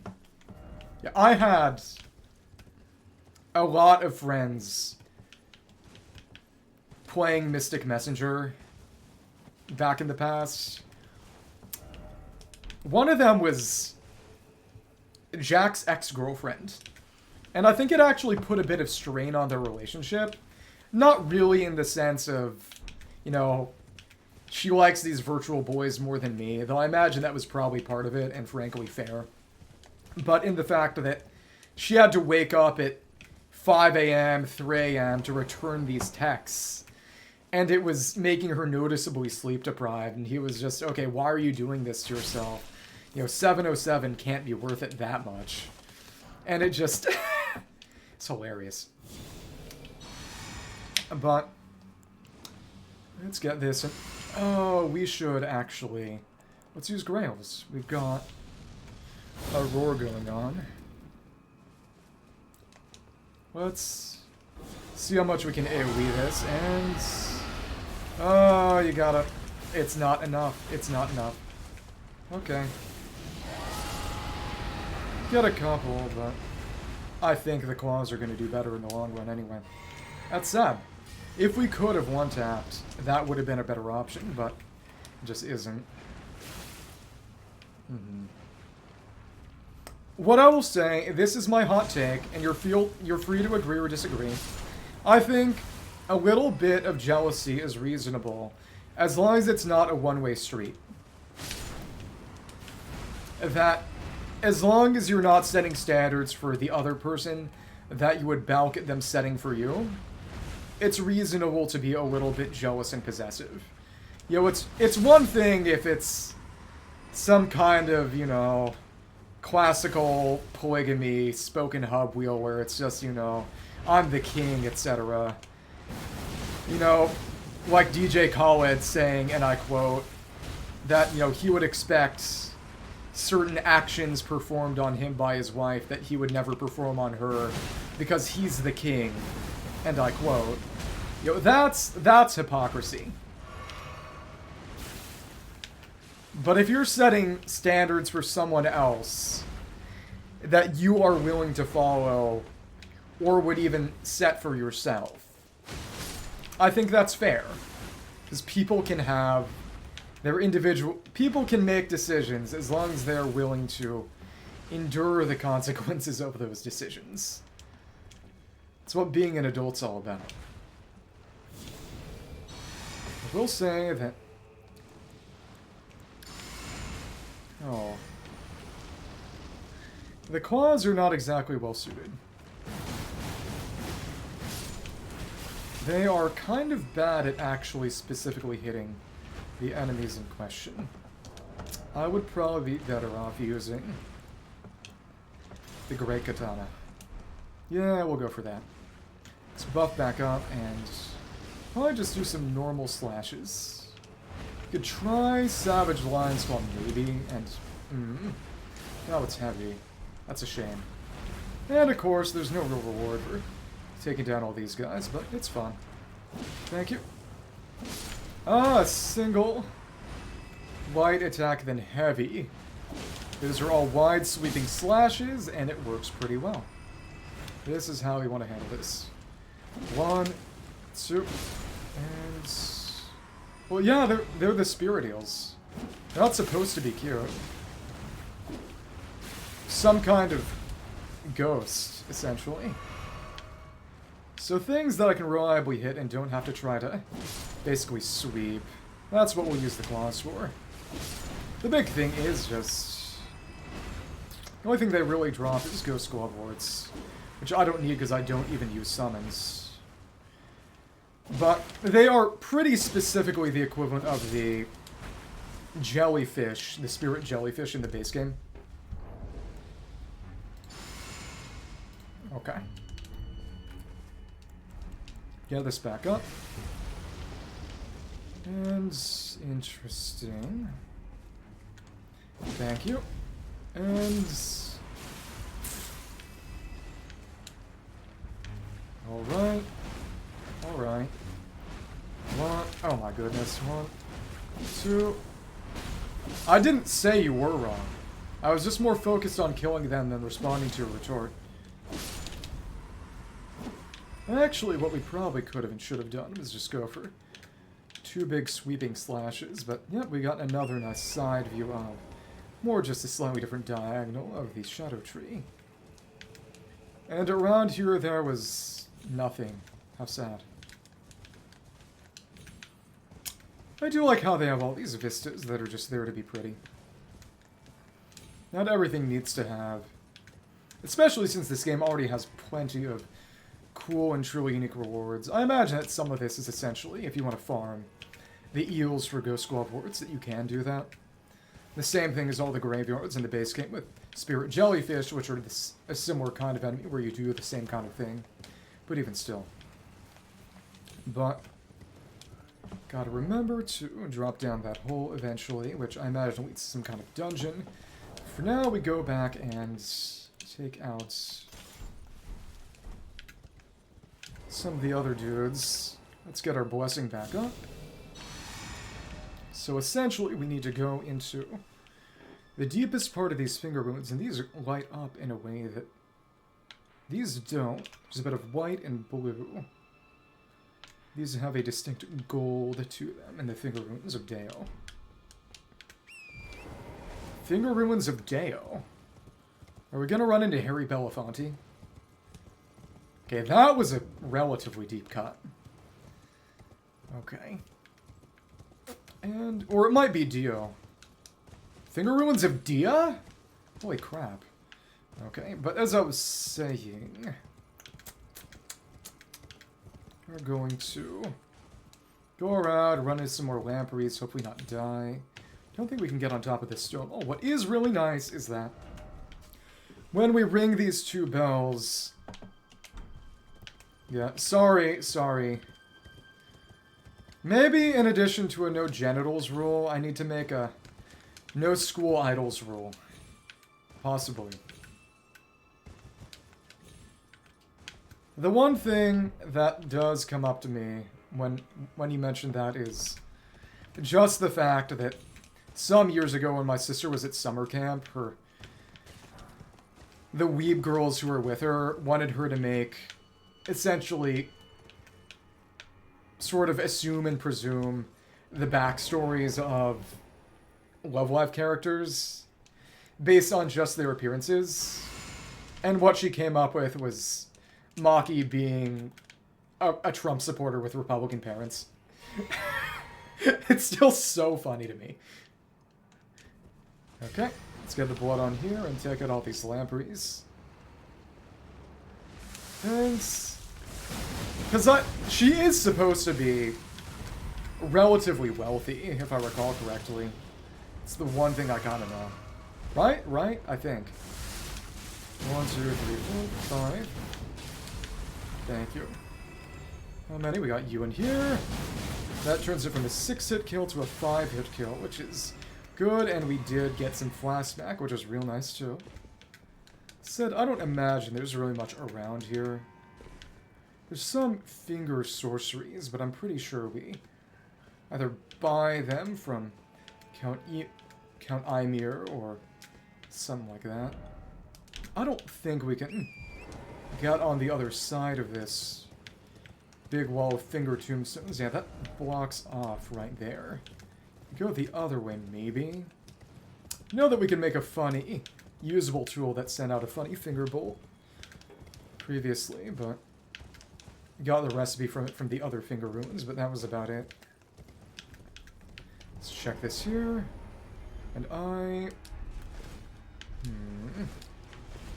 use the terrain to Space out a bit.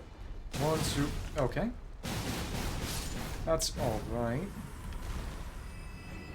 Gotta roll through. You're gonna make 6 of them. And roll, roll. Very nice. Never mind. Thanks. That's barely misses the kill. Dumb. Pearlescent scale, not bad. And I can see a little bit on the other side. Why is it always plump sword? So I imagine we just can't really go there. Go up and around here to explore everything. And yeah, exactly. We haven't rested or anything, so all the Lampreys are going to stay dead. Unless the game starts running out of memory or something. And it's so good at stagger walking. Let me actually test real quick to see how well Savage Lion's Claw would do. Let's just check. This might be a decent option, but it takes so long. Thanks. Put that on as well. Let's keep on heading around, but I think this just blocks off. Sad. And dodge. Oh my goodness. You messed that up. And 1. Ooh, nice. That's actually quite good. 1, 2. No, that's good, but the cost is prohibitive. Yeah. Good damage, and the second hit's actually free. But it's costly. Might want to use that against some enemies, but I don't know. It's interesting to consider. In terms of damage, it's about where?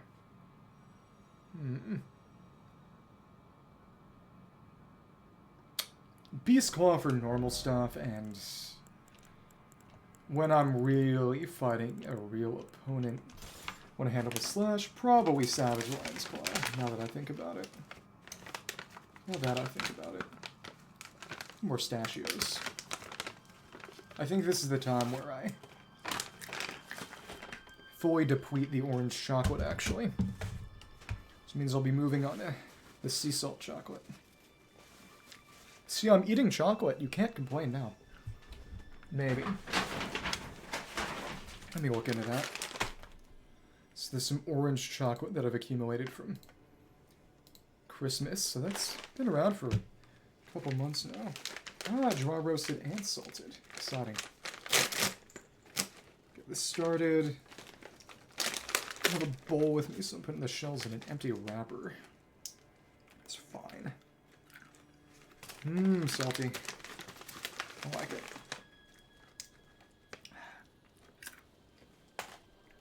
I will say, as much as I like pistachios, they consume a crazy amount of water. They are not particularly ecologically friendly.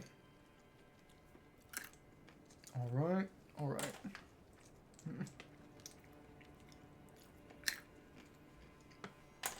There's presumably a dungeon cave down the start of the ruins. It's also correct that Anna's Swordhand of Night should invade me somewhere around here. And Savage Claws is really good on enemies. In the end, the Katana's fun, but I've used it a lot. Just go with the Beast Claws for the rest of DLC, whenever I need slashing damage. Especially since Savage Lion's Claw is a lot like, well, it is basically just Lion's Claw, which I use a lot during base game. As soon as I got it. Ooh. That seems kind of old and aged and hard. Okay. Maybe overcooked. Or dry roasted, after all. Thank you.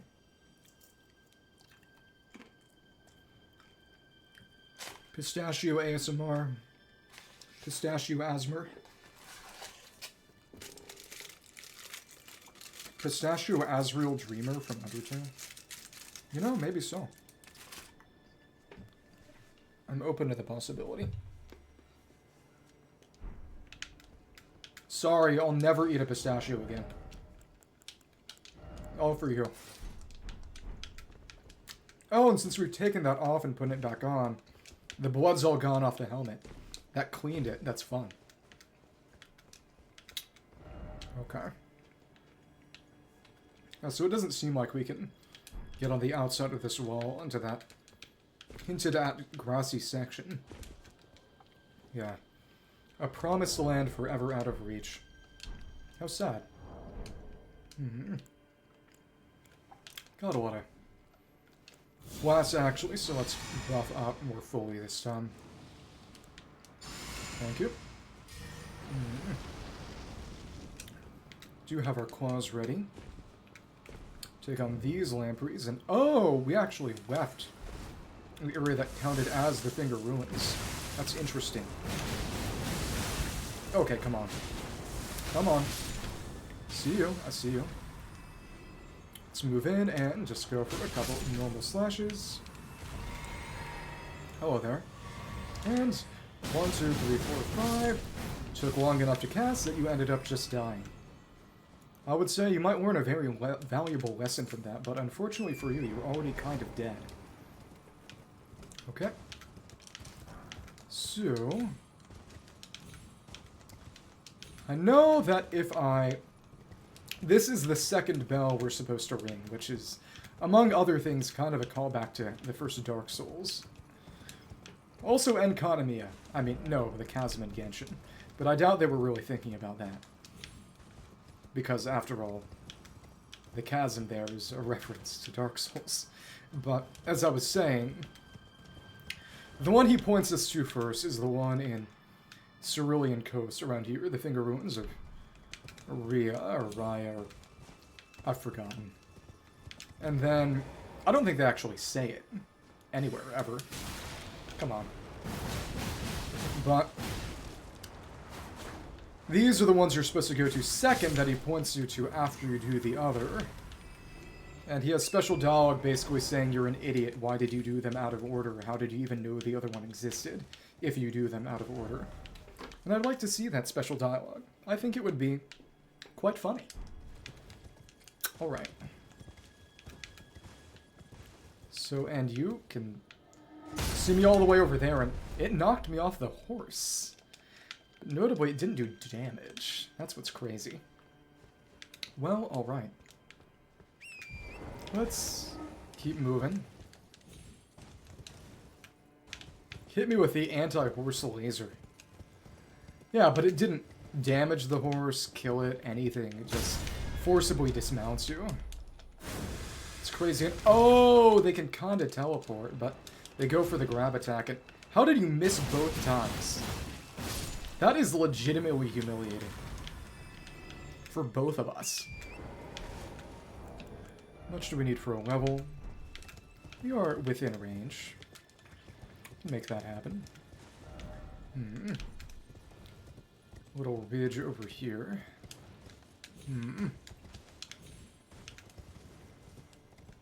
Let's see what this is, and of course they see me, and I... Come on, you clown, and I... Yeah, and since we're on the ground, they're actually missing me for the grab. It's hilarious. Thank you. Though I imagine in...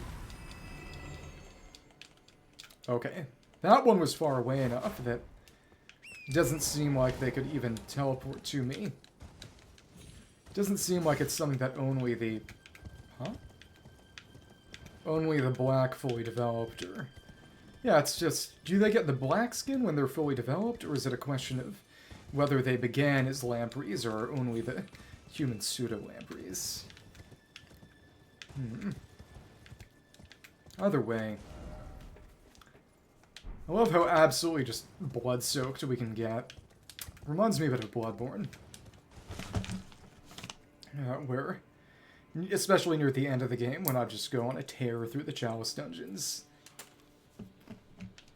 I would end up just completely dyed red by the end of things.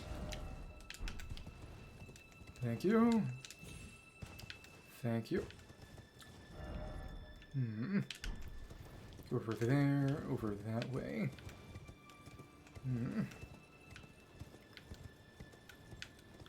Already been through here, so it's a matter of clearing out the remaining lampreys and ringing the bell. Well, really, just gotta ring the bell.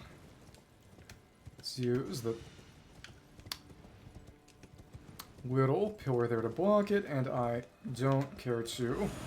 Yep, get around behind you. 1, 2... Oh, what?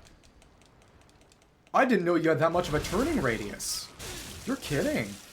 Okay. Not fun. Cool. And heal.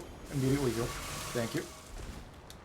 Thanks. And dodge, dodge, and 1, 2, 3, 4, 5, 6. Thank you. What? What is the AoE on that stupid thing? Got a pretty much infinite turning radius. And it seems to... I don't know if ones in the vicinity are teleporting to me, or if they've got some ability to spawn them in where none previously existed. Either way, there are just so many of these awful, awful dudes. My hatred for you cannot be described in mere words. The really annoying thing is that if I... Come on. Okay, cool. Dodge. Heal, heal. If I had one more level of Scadutree Blessing, for that I would need 2 more fragments. Buff or no buff, I would be able to eliminate them in a single skill. And really what that means is that I should have been using Golden Vow for every little engagement without exception, but hindsight is 100, I guess.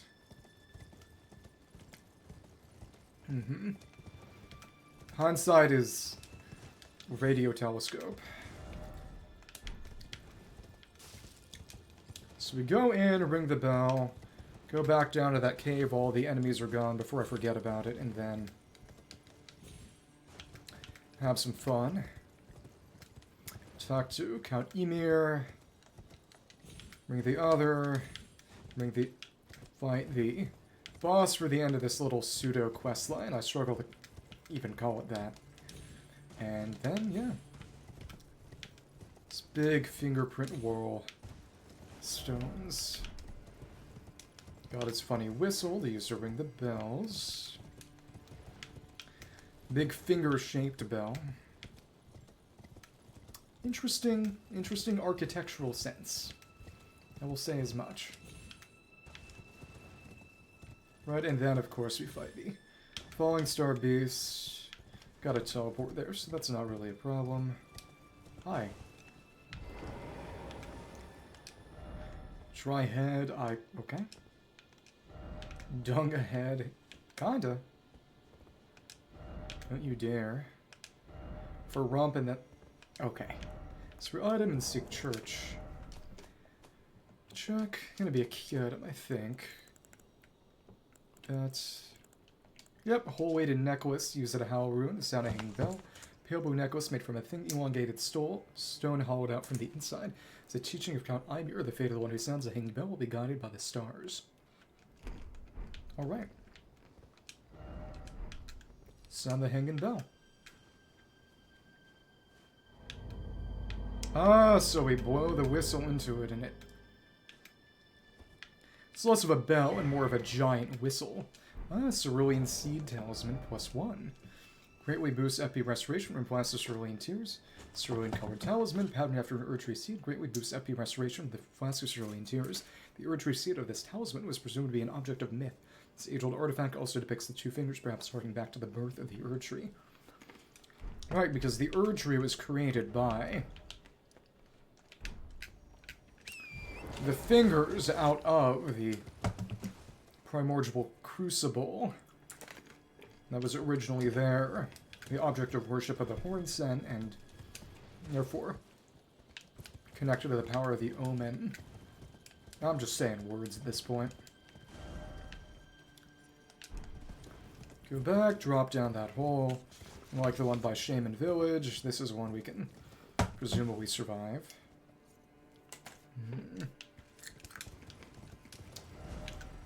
So it's... Oh. Go back to the ruins. We got Manus Metyr. Going through Shadowkeep will allow us to drop down to this area over here, which eventually means Abyssal Woods, which is probably the most secret area. I mean, Jagged Peak exists too, but it shows up on the map. You go on and the Ancient Dragon Man kind of point you to it. The Abyssal Woods and all the Frenzied Flame stuff in there is very out of the way and kind of meant to obscure itself, which is a bit of the point. And oh, right, we didn't go on this hill. And why is everything green? It's not great.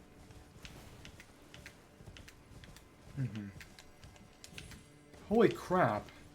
They hit us with the WhatsApp fog. Okay. Goes down there to that little strip of green. We already touched that, and how'd that die? Whatever. Don't think there's going to be anything else here. It's just going to be a matter of how'd you get back? Huh? Weird. Okay, so I guess it has been long enough that some of them just are going to start respawning now. Yeah, makes sense. Hi. 2, 3, 4, 5, 6, and... Come on. Multiple Fingercreepers. Big ones, too. Is there going to be any reward for our trouble? Probably not. So what we're going to do is we're going to buff up, because we don't really have a way to avoid getting grabbed. Not with this weapon. Actually, I suppose what could be done would be... Yep. Tossing that there. To... specifically wake him up. Goodbye. Goodbye. Got a good amount of spread on that too. Good stuff, good stuff. Thanks. And continue. What I like to see. Fire claws are just such a great way of doing all this. And the side once hit. Also good.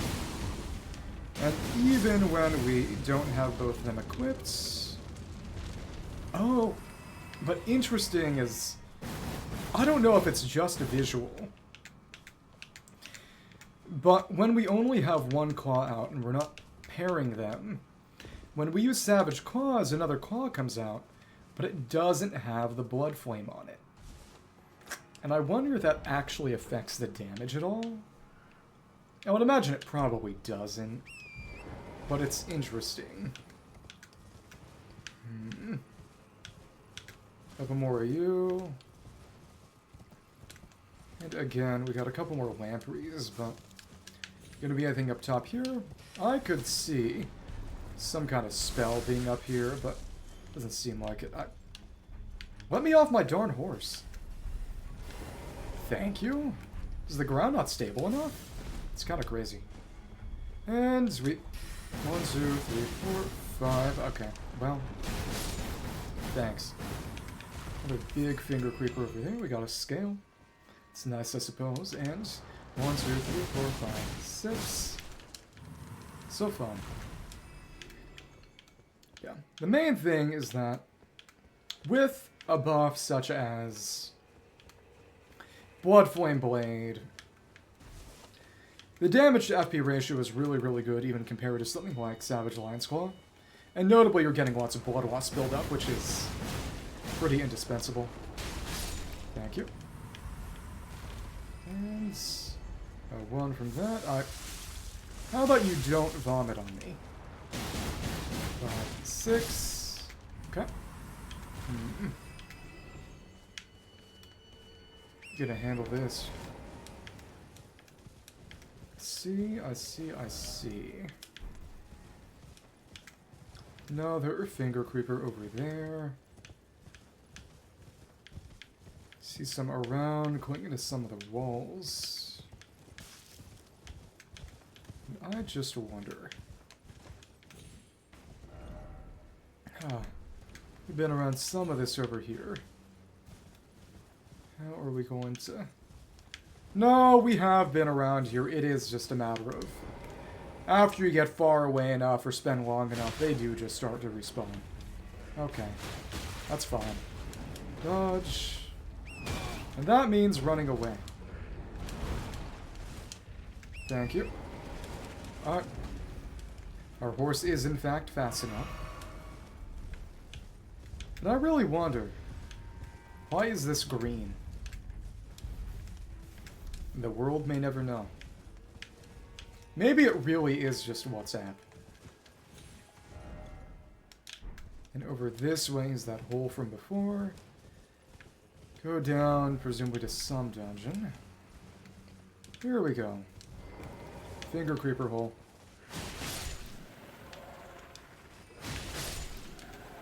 I'm not familiar. What's the wire you blew? Ah, 3 hits. Okay. Swoop. Take you out. And get down the hole. Come on. Ah, turning radius is not good enough. Get over here. It's crazy sometimes. Come on. Thank you. Thank you. Oh, please. Some of our flasks back. I'd say maybe we should probably just drop down the hole, but... Come on. Don't want to get followed by the hands. Yeah, but again, it's interesting how... Originally, these would mostly show up around Carian Manor, sometimes the underground. What is interesting is that... Since they show up in the sewer, which is... where Moog and the Omens do stuff. I wonder if they might have some kind of outer god connection. Well, fake Moog. Okay. Drop down. This is... I wonder and I worry. I'm ahead, but wary of giant sorts. Oh, it's just going to be a big Fingercreeper. Okay. That's reasonable. Okay. Thank you. Grail. Let's get down here.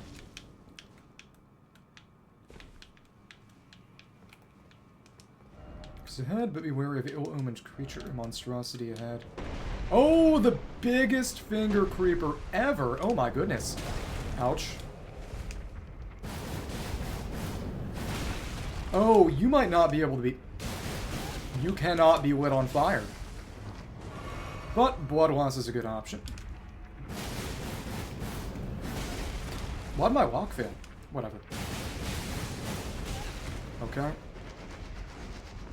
Thank you, fell over. 1, 2, 3, 4, 5, 6. There we are. That was interesting. So what do we get for our trouble? Fingercreeper ashes. Oh, that's fun.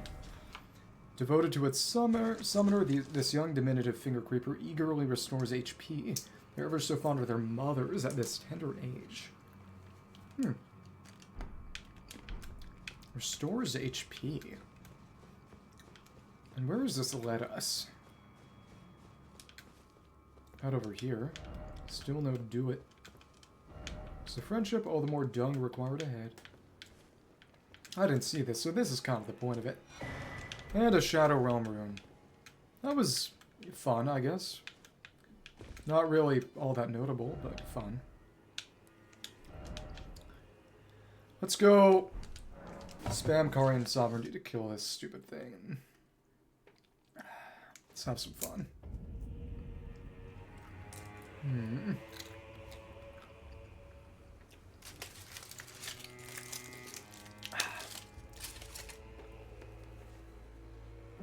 Put on the dagger. And beyond that...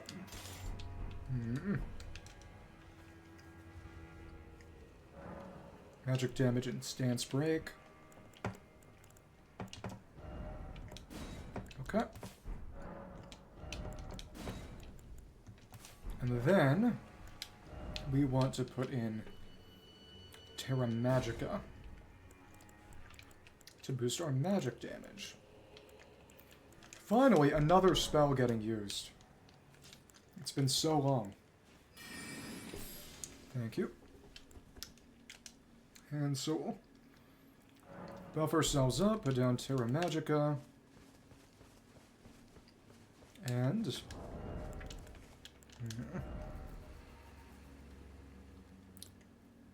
How do we want this? I think we'll just put on Magic Scorpion Charm. Yeah. Should have that on me. Yep. Cool.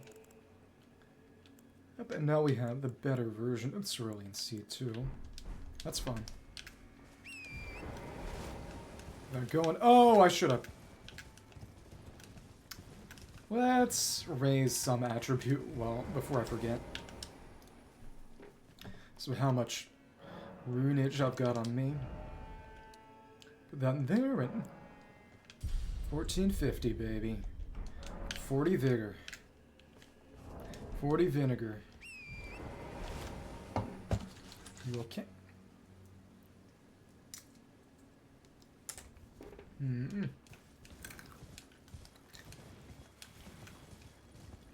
Let's get our buffs going before we head on in. Relatively small. Hands. Do that now. Golden Vow. Probably Black Flames protection ends. Little Terra Magica ready. Let's drink blue. Hello, Fallingstar Beast. Hi there, and oh my goodness. Okay. Well, alright. Dodge. Okay. What? Oh, okay, alright. Thanks. Thanks, and what? You're kidding. Come on. Somewhere where I can actually hit you, I swear to... Okay. You are not all that cooperative. Thanks. One, and we can't hit you all that well at all. Stupid. Main thing is... Terra Magic is a silly idea to use here. This is not a fight where I can afford to be any level of immobile. Okay. Thanks. It's a fun idea. Very least, I need to chase it down at the end of the third. End of the third charge. Then put down Terra Magica. And then slash. I think that'll be how this should be handled. Okay. At least it stays gone. Oh, it has to go through its spawn routine again. Wonder what would happen if I approached it from a slightly different angle. Hi, hello. And dodge. And dodge. And dodge. Okay, cool. Thanks. And... Okay, well, didn't have a lot of poise. Ouch. Okay. Oh, well, that was a pretty impressive hit. Well, okay. Regardless, I am going to try that again. Hey, it's Blades of Stone.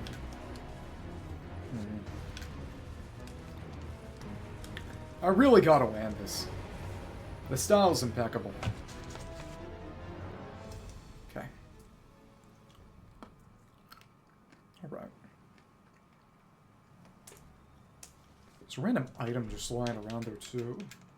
It's crazy, honestly. Thank you, thank you. Let's wonder what difference might be made if we were to approach from behind instead. I wonder if it's going to spawn in facing me no matter what. I honestly wouldn't imagine. That would be more surprising to me. And thank you. Black Flame. Terra Magica. And plus in. Thank you. You don't really see me now, do you? Sneak up and... Oh well. And... Thanks. Dodge. Nice. Now we move in and... Terra Magica and... Well, we tried. Dodge. Okay. Dodge. And slam. And... Oops. Yeah, that... Ah. It's a nice idea. I don't think we can use Terra Magica. I think what we have to do is... just follow it to bait the charge. And then we may be able to use Terra Magica for the critical, because the big thing is that we've got very little poise on. Or actually, what I should really be using is Bullgoat's Talisman to boost my poise. And this should allow me to get that attack off without any real issue. 100 poise is pretty much the break point. You can only reach it with use of a talisman. Go for it like this, I should be able to Terra Magica it. Do a little bit less damage because we have no Scorpion, but it shouldn't really matter.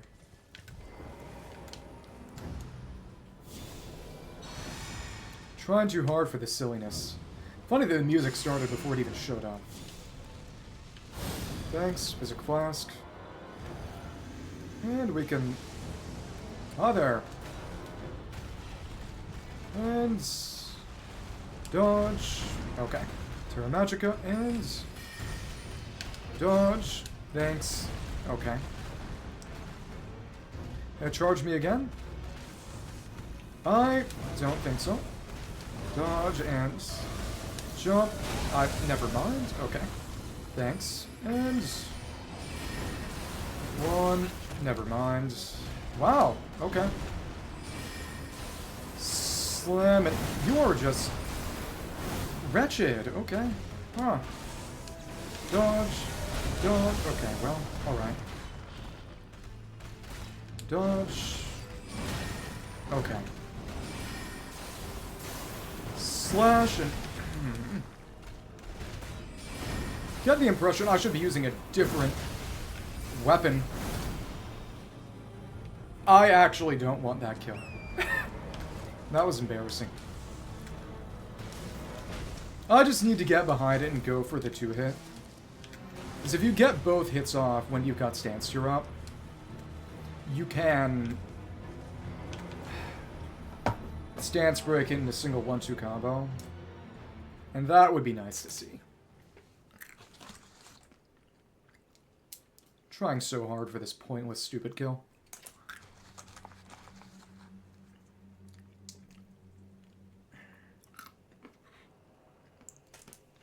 Okay.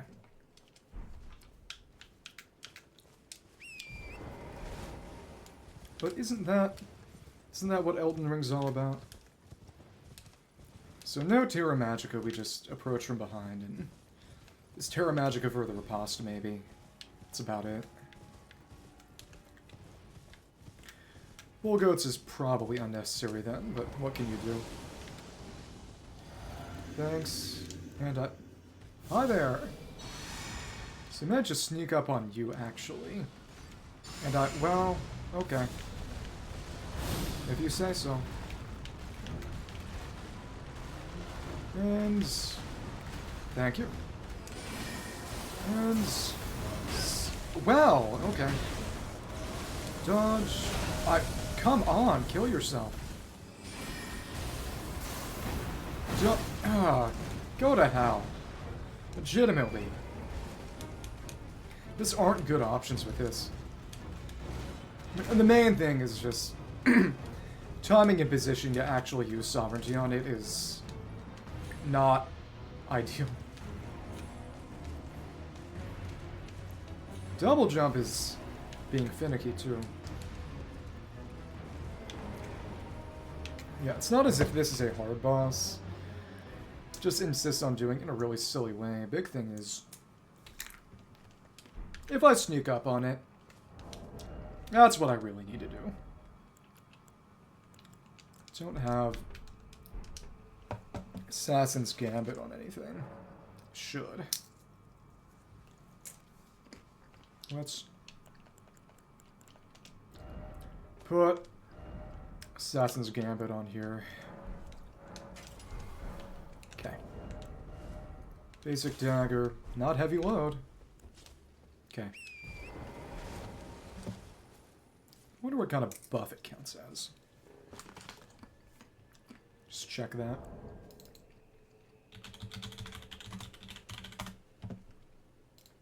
See. It's a unique buff, it seems. Okay.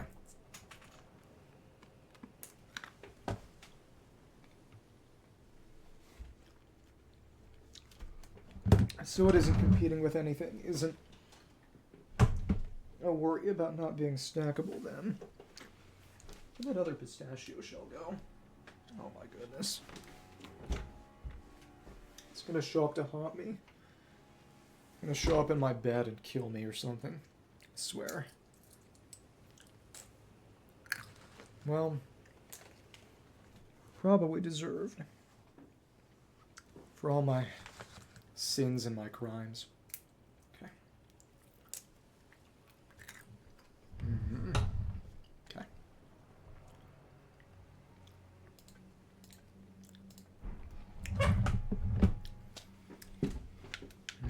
But just the one singular thing that magic is any good on is this Fallingstar Beast. So let's get out of the way. When are you gonna show up? Blessing. Golden Vow.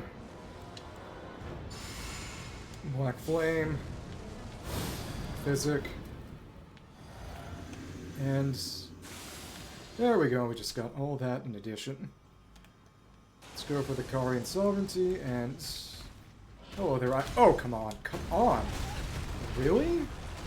How do you show up that way instead? Alright.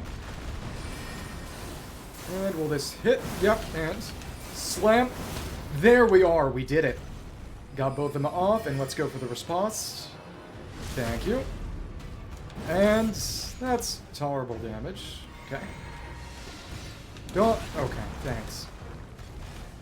Dodge. One, and... Okay. Two, and... Well, never mind.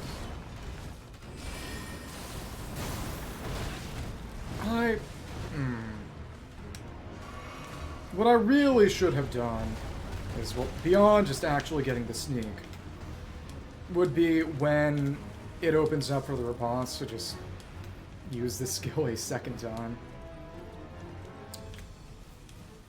It's dealing a good deal more damage than the boss. Just keep on using it, keep on connecting.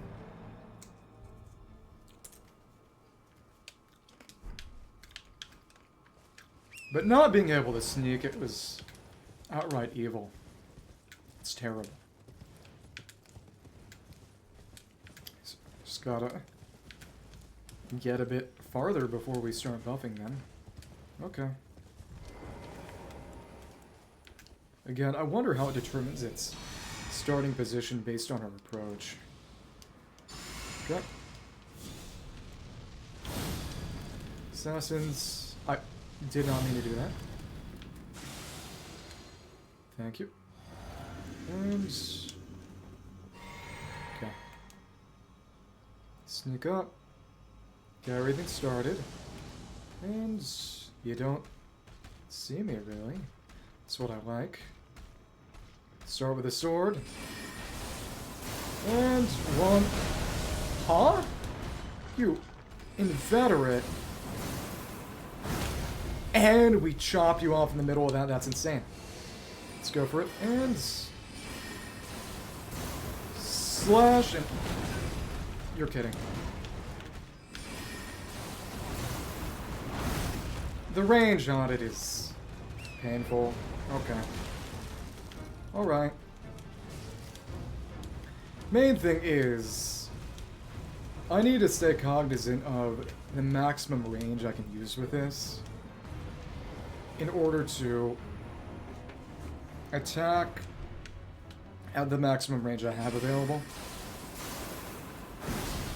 That...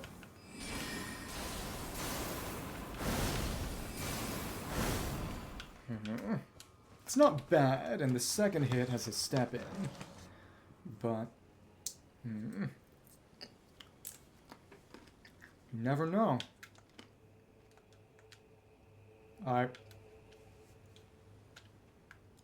Something may be up with my controller. I think rapidly getting this thing to respawn and despawn has been bad for me. Okay. Just not respawning. Responding. I think the cable might have become a little dislodged over years of abuse. That is, unfortunately, a reasonable possibility. Okay. It's not as if this thing is hard. I just want to pin it down. Deal with it that way. Wasn't. Golden. Black Flame and... Sure. Let's flask up. And... This is how we need to handle this now, and... Do you see me? You do. I imagine you do. Close, as close as we can before alerting you, and we... Thanks. Good God. This is vile. This is just not the way to handle this. And... That just doesn't connect. The damn thing's just too big. It was a fun idea, but... In practice, it's not suited. Okay. Thanks, and... It's just too slow. And... Misericordia's a poor option because of... There we are. I don't care anymore. Just die. Cool. Well, that was the end of something. Got our gravitational missile. Which we could actually use if we wanted, but again, that's PvP focused. One of the glintstone sorceries that manipulates gravitational forces, fires a gravitational projectile that pulls in enemies before finally exploding. Charging extends reach of projectile, number of inward pulls. Said to have originated the lightless dark far beyond, the home of the Fallingstar Beast. Which is to say, space. Let's go over here and get yelled at. Right.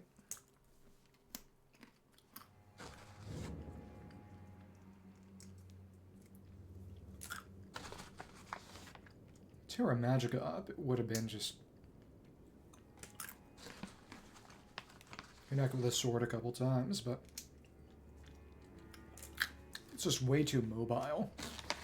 The Fallingstar Beast in Celia, actually, takes time to wake up. I'd have been able to get a full 2 hits off. I think that was definitely a way to make this one stronger, was to give it no period of inactivity. But what you gotta say now? Be gone. There is nothing more to say. Nothing new. Okay.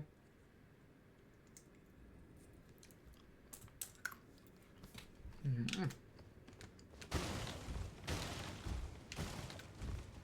You then? Hello. There you are. The exalted timbre of the bell. But it was the wrong one. These ears of mine. Gracious, the starry sky is wondrous tonight indeed. Only your fate shines brighter. But fate can be a strange... As we chose the wrong one. The hanging bell you sound Yeah. is not the one on the map I gave you. The bell you found was in fact here. Everyone's map second. Yep, and you gives us the other map too. So what if we had run both?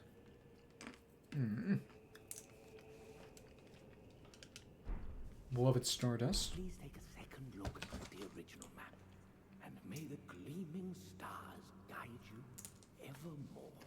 Thank you. It's about the nature of the world. I fear that you have borne witness to the whole Uh-oh. thing. The conceits, the hypocrisy of the world built upon the Earth Tree. The folly of men. Their bitter suffering. Is there no hope for redemption? The answer, sadly, is clear. There never was any hope. They were each of them As in the fingers. unhinged from the start. The two fingers were... Herself, Yeah. and the fingers that guided her. And this is what troubles me. No matter our efforts, if the roots are rotten, then we have little recourse. Little recourse. About Nicola. Ever young Mikola saw things for what they were.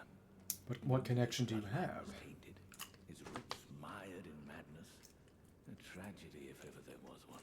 But he'd feel compelled to renounce everything. And the blame lay squarely with the mother. Uh-oh. Anything new? Yep, now we can get Finger Sorceries. A glintstone nail fires a shattering magic nail, just like the Lampreys. Glintstone sorcery of Count Ymir, High Priest, one of the Finger Sorceries said to have been discovered in a hallowed ruin. Flings a magic nail that crumbles during flight, charging increases potency. Count Ymir boasts that this is mere child's play, an echo of a greater truth. 2 glintstone nails, plural, multiple shattering magic nails. Flings multiple magic nails that crumble during flight, charging increases potency. Same as the other, right, okay. Cool. May the gleaming stars guide you evermore. After all runes received, check in inventory. The cherished beloved Stardust, which shortens casting speed for sorcery and incantations by the utmost but increases damage taken. Talisman depicting a wizened hand gently gripping a glintstone, shortens casting speed for sorcery and incantations by the utmost but increases damage taken. Count Ymir was known for his recitations, when he'd only envisioned the romance of the stars above with adoration for Stardust in one's heart. To become a great sorcerer, do so and you will know love. Interesting. Simple map, faded and dirty. Acquired from Count Ymir, High Priest. That shows... Yep, Dheo. A bit of the Shaman's Village, too. Okay, it's another hallowed rune, apart from the shown on the first map. May the gleaming stars guide you evermore. Oh, hello. Is something the matter? May the Nope. gleaming Let's go get the other one. And you, over here. How did Count Ymir reward you with that? Ah, the beloved Then I Stardust. see you have gained his trust, and therefore mine. Thank you. I am Yolan. The night is yours now to wield. So we can summon her in some cases Don't now. get the wrong idea. We are neither friends nor confidants. I am merely honoring Count Ymir's wishes. Okay. Enough of you. Enough of you. Thanks. Eventually the fight will come. Oh, hello. Okay, nothing yet. Stars. My question is... I'm not sure we'll encounter her, given that... No, Finger Ruins of Miyr. Secret area. Puppet of Anna. Go over this way and just rush to the bell. seen enough here already. A while ago.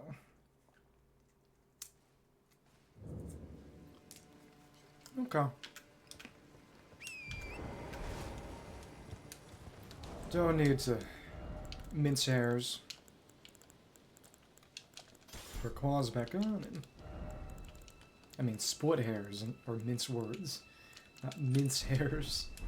Okay. Put it down, ring the bell. Though again, I wonder what would have happened had I rung them together at the same time. What would he have said? How about the Lampreys just ignore us? They mostly are. The range of the magic glintstone nail is not long, it's just very annoying to dodge. Only thing that actually has range is their annoying paralysis projectile. But we can largely avoid them. Let's keep on moving for the second bell. And the boss fight at the end will reveal itself. Cool. Hello. Let's do it. Not much of a sound, really. Crimson Seed Talisman +1. Nice. And that's the same as description except for the other. Let's go on in. I've been here now. Alright. Time for fun. I think he might actually be somewhere else. No, he's still here. My poor thing. Another bad dream, Yuri. What that rotten thing out of your mind. Yuri. Tangled mess can't hurt you. So what now? I told you once, I've no interest in companionship, but I must admit, Count Ymir did seem very pleased. Perhaps an exception is in order. Yeah, eventually you can choose to either make her a spirit summon or drive her crazy and take her sword. In our eyes, the only star upon the Right, because he rescued them from the jail. Taught us of the star-draped They were in the Lightless Bonnie jail. Reach out to touch it, but we can peer up at its brilliance. And Ah, I can see the sword. we will never Shrouded in again blackness. lose our way in the night. I have spoken far too freely. Pay me no mind. Let us focus on our shared purpose. If you say Our so. service to Count Ymir. Now, be on your way. I feel like if this game had covenants, that Ymir would have a DLC-only covenant in the same way as the Spears of the Church in Dark Souls 3. Oh, it's this finger baby. I heard another sound, colored by your essence. Simply exhilarating, I must say. Okay. The stars are dark. Uh-oh. But rest assured, this is no ill omen. On the contrary, I believe that this portends a magnificent starry cascade. Now, take this. Final. My fine. It's gonna be a spell or a step? May you join the glimmering stars above. Frightening. Ruins map 3rd. Ah. Simple old map, fade and dirty, acquired from Count Ymir, High Priest. Indicates a third and final hallowed ruin, distinct from those shown on the first two maps. May you join the glimmering stars above. Oh yes. I believe I can feel it brewing. A boss fight. This evening is a sign of a greater night to come. It's about the nature of the You world, recall what I said? more or less. That Marika and the fingers that guided her were unsound from the start. Well, the truth lies deeper still. It is their mother who is damaged. Metyr, the mother of fingers. Fingers are but unripe children. That's why he's raising one. Victims in Seems their kind of own a right. double that's got 10 We all fingers. Need a mother, do we not? A new mother. A true mother.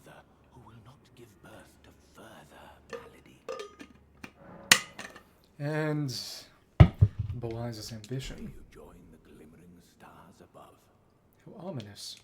Oh yes, this eve. May you join the... Sign of a greater night to come. No. Be on your way. No. Okay. We got a little bit left. So let's reset the area, and I believe they will be gone. No, actually. Well, he's gone. Somewhere else. No. So where have you gone off to?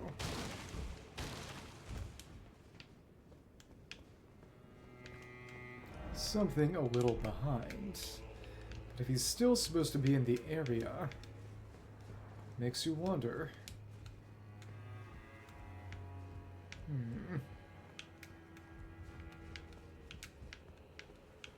Something behind the throne. Or so I've been told.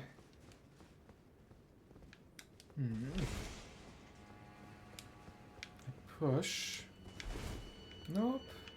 Examine. Ah, a little button. Oh, hello.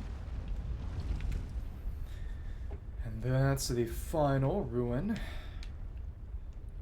And a ladder. Fun.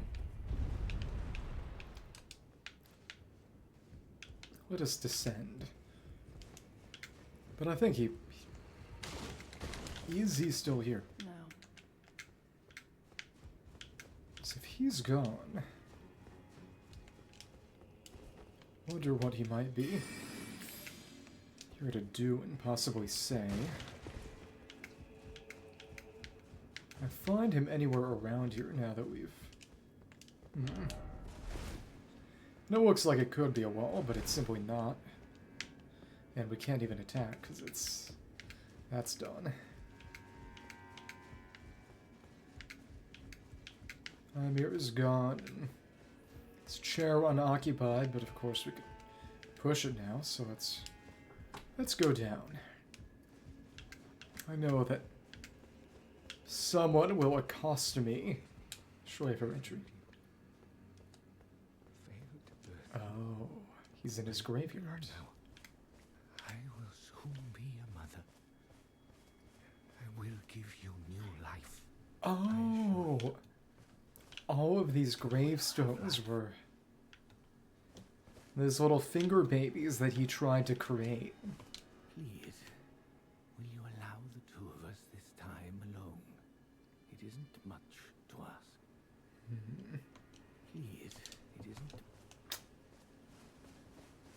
And that's why the gravestones were there. They weren't from a previous use of this area, but... okay. No. Beyond.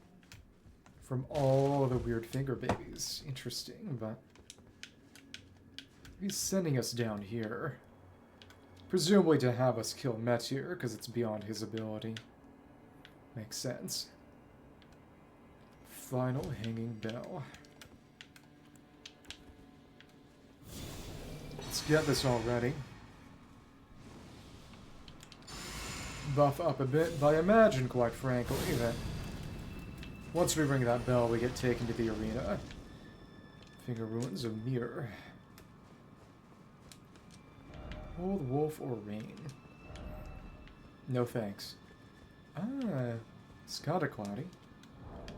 And invaded by Swordhand of Night. Anna. That puppet. Hello. Hi. Claw's going. Thanks. And the blood loss is just very good here. And it's... ooh! Even through the shield, and that's the power of Bloodflame. Recusant vanished, Swordhand of Night, and has died. Claws of Night. It's interesting that she was a recusant instead of a bloody finger. It is interesting that all invaders are either recusants or bloody fingers. Claws of Night, blood loss spelled at 45, and it's Magic damage that scales purely with dex. Scattershot throw. Claws of a bottomless black from which no light can escape. Wielded by Anna's Swordhand of Night. Engraved with a smith's grip, enabling strong attack to launch all 3 claws at a target. Blades are only semi-corporeal and cannot be fully guarded against because it's the magic damage. Skill Scattershot throw. Employ smithing arts to conjure multiple copies of the armament. Both hands and throw them all at once, while with initial input to throw again. Let's check that out. And these are just normal claws.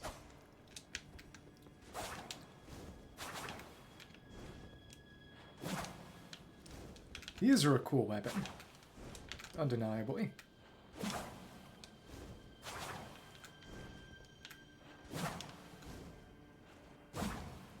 +6. Really good skill. Lets you go. Full Dheo. It's pretty much the only throwing skill with any damage worth actually talking about him. Let's see. I found the shell from before. And an unfortunately fallen pistachio. Well, that's right. Before I go and ring that bell, let's actually see if Tioe has anything new to say, since we did beat the Scadutree Avatar and get Mikkel's rune, as well as St. Trina. Then we can fight Metyr. Fun. Also get another level. What do we... FP is always good. Okay. Endurance. At this point, we've got so much... Oh... Leveling the damage won't do much. All we really want to do is boost up our defenses. Ability to use skills. Now they got the rune, is there anything new to say? Probably not. Just kill us.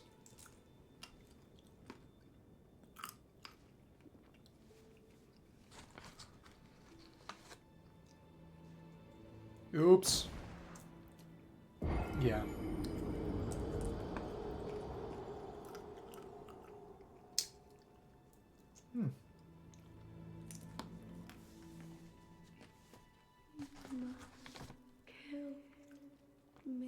Yeah, nothing new, even though we've got the rune.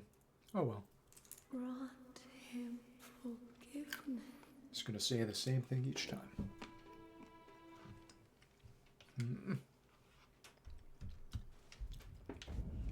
Let's get those runes back and take out Metyr. And I think we'll use the... just the claws. It's weak to slashing and not much else, really. Because after all, she is just gigantic, massive fingers. What's a boy do? No. Honest to goodness.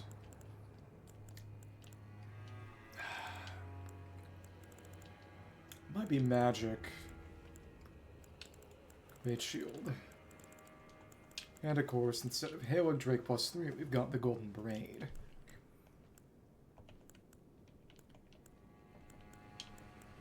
Where did our lightning go? Whatever. Let's put away what's weaker. Just... because they don't stack anyway. And Hail of Drake, and... right, Bold Drake +2. Golden Braid is effectively the same, and Magic Res would be good for this.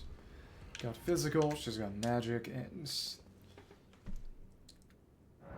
I think 4. Word of Bloods could maybe work, but we'll be fine. It does increase damage that bleed itself deals, so not really much of a point to it. Let's already... we're not going to be using Pest Threads, but put it back on. Cool. Really, I haven't used Pest Threads in a while, just generally. I think it's the time to just retool our stuff in general. Heal from afar is good, and we can have that instantly pull up now. Golden Vow. Then Black Flame Prots. Black Flame was their armor within, as they were just wearing skin. Otherwise. Then Virtue Prots, decent enough. 424. It's Divine. 27. It's interesting that they cost more, actually. And then Protect Me. They're all 24 except for Words of Divine, because it gets Holy Special. And Urgery Prot, which is,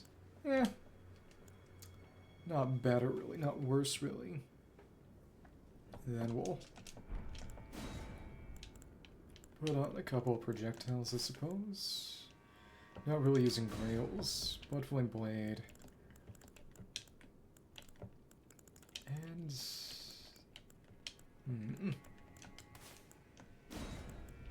Knight's Lightning as our just splashable projectile.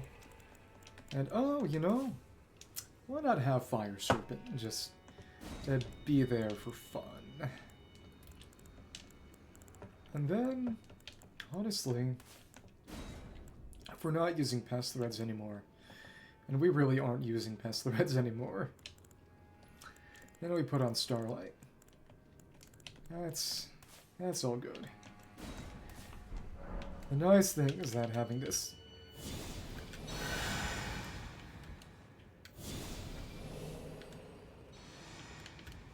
one, two, it's going to be pretty fast tier healing, and something I'll be able to just pull out of pocket, which is nice. Real nice. Said, let's allocate then in that case. Get a bit more of that. This may be, meaning make this change for a while. This may be my new form of healing. And nice, since it's on first slot, no matter where I am, I can just hold down and pretty instantly go back to heal from afar. Now that we've taken out Anna, I wonder if less of anything to say. No. Actually, no. Wait, what? No. Be on your way. Tell her you were attacked by Swordhand of Night underground. Stop. What did you just say? Oh. She think Anna was dead, or? No. Say nothing. I have one star alone, and only his words. Oh, the betrayal of Ymir. I will say Ymir. this much. I am in your debt, but I will hear no more. I have one star alone, and only his words will do. Be on your way. I will hear no more about this. Be on your way. I will hear It's perfect, because, yeah. Guess the question is, why would he have us? Our death, or Metyr's death, are both acceptable to him? Please, it is Okay. So before we go and actually take out Metyr, we have the chance to tell her about the incident. Interesting. Interesting. Alright then. Okay. Down to the Finger Ruins of Miyr. Here we are. Should be next time probably Abyssal Woods, then Shadowkeep, then Raw, and then Anir Olim will probably take a whole session of its own, which is reasonable. It's big-ish. It's interesting that the wiki counts Bellirat as a legacy dungeon, actually. Shadowkeep for sure. Oh, and this gonna be a speller. Finger Weaver's Cookbook too, and can craft the Nostrum. Record of crafting techniques left by a determined student in the Finger Ruins is brushed with the sublime all but shattered his mind. But he is left capable enough to leave these few precious words. We would make that using... not the glinting nail, the collatibia. It's so useless too, we just could use the spell if we cared. Finger Mimic, Dragon's Cower Balloon. But those last ones are actually non-replenishable.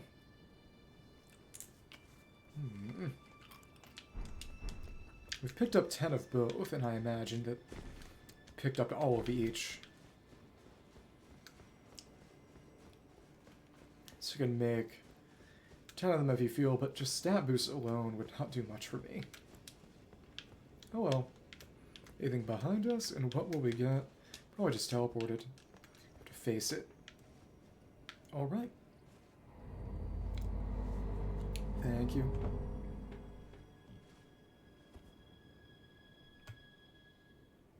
Yep. Ah. Sends us right over there. And we are already at the invisible wall. And all these tubes. Looks like big worms. So it's like we're underwater. All these fingers. Space is water after all. Let's buff up and slice up Metyr. Think we got what we need. Thank you. Two-handed. Metyr, mother of fingers. Oh, ouch. That didn't do much. And dodge. Okay. Thank you. Do I dodge? Ooh, I did not expect you to have that. Got it. Dodge. Oh my goodness, are you Calamites? Dodge. Dodge. Okay. Kotower's resentment. Oh my goodness, you are... You're not that impressive from an offensive perspective. Dodge. But... blood loss. Okay. I think we need to buff back up soon. Dodge. Thank you, we got our blood.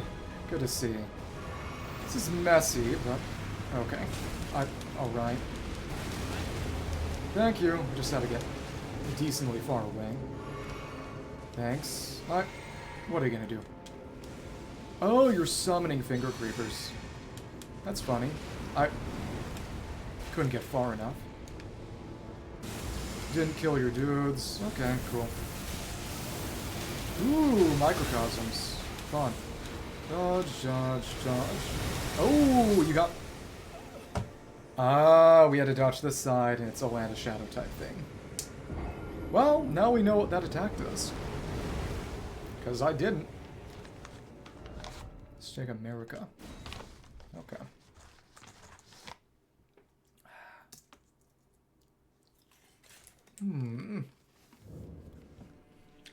Right by these. Okay. Main thing is... definitely want to get behind her. It'd be tough to lock on, though. Probably.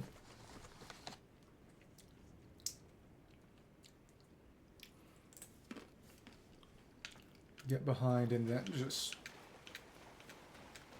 it's a side. Buff up, going behind, and unleash the claws. Go for blood loss. Should be fine. Pretty close to the point that I think we may have been almost detected. Funky place. Really do not like those big worm-like tubes. Though I imagine it's a sort of connection tube to all the other places where fingers have been sent. That it's kind of like Ash Lake from Dark Souls 1. It's interesting to consider. Oh my goodness. Okay. Let's approach. we dodged too early. Yeah, dodge. Too late. Thanks. I dodge. Dodge. Okay. Too early again. Ouch. Oh, you get to the side and... So there's really no just great place to try to hit her. Dodge. Ouch.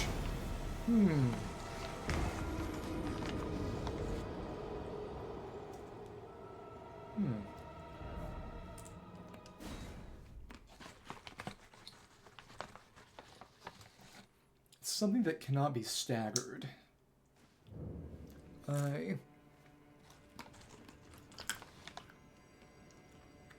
Great Katana would probably do better. You can just use Savage Lion's Claw. I'm tired. Okay.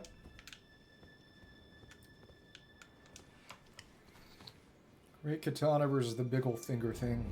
Yeah. Claws are great against things that can be staggered. It's not one of those things, unfortunately.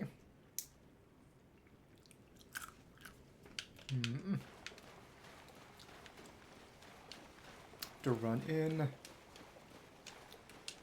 Blood loss is now going to be some, really, but Blood Flame is always fun. Okay. Black Flame, though, maybe should at least be able and willing to switch to Erdtree prompt if the situation calls for it. As I think the situation will. Okay. Hi. Well, that comes out rather unpleasantly. Thanks. Dodge. Timed that right. 1 and 2. Very good. What I like to see. And can we... Oh! Snaps us all the way there. Okay, cool. Thanks. Heal. And... Dodge, dodge, dodge. Okay. Thanks. Let's get all of our buffs back up. You're gonna summon a little baby, I guess. True prot. 1, 2, 3, 4. Oh, you went for the explosion this time. Okay. Golden Envelop, I think. Okay. Heal. Thanks. Weapon, hands. Okay. Oh! I didn't know it got all spinny with it. Should have run away then. It's working pretty well at the start. Alright. Alright. Sound just keeps going. Okay.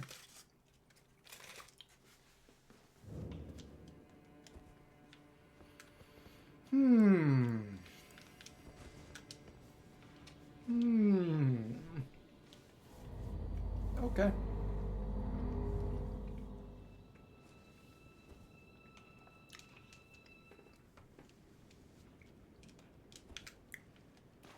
Really what I need to do is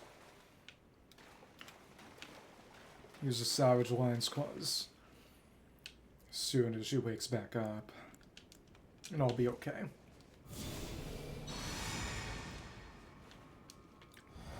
Right. Black Flame honestly might not be the move. Alright. Hello there. Dodge. Got it that time. Dodge. Ooh! Not the Kotor's Resentment. 2, 3, 4 ends.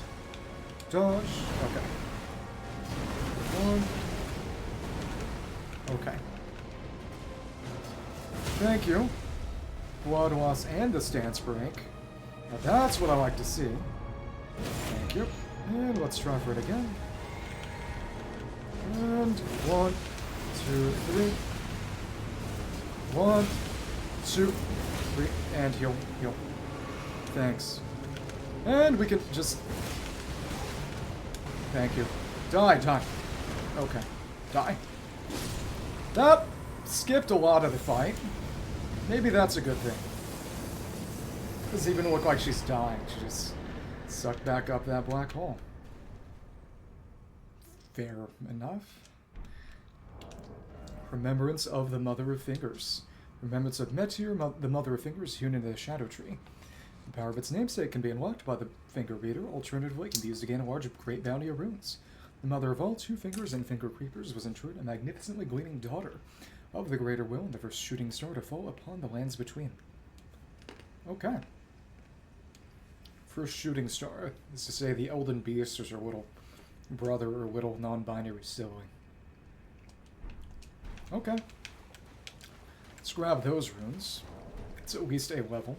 It's nice. Okay.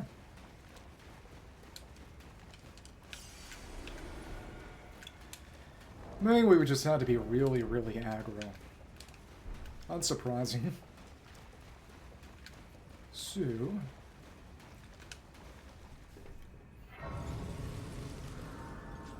Savage Landsfall with a damage focus.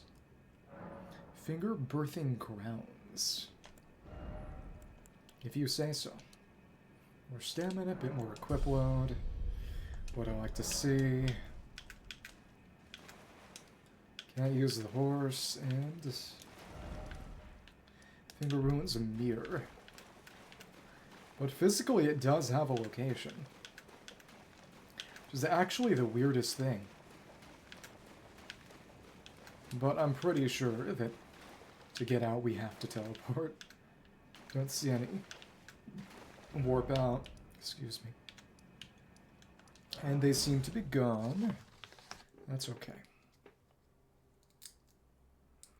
This is where we fight. Now that we've defeated Metyr, Ymir is going to attempt to assume her position. However that works. Okay. Let's put this back on, because this is actually a multi-phase fight. Blessing. Golden Vow. Guess we may as well put this on as well. Black Flame. Blood Flame. Okay. Oh well. Gonna get ganked by Yolan.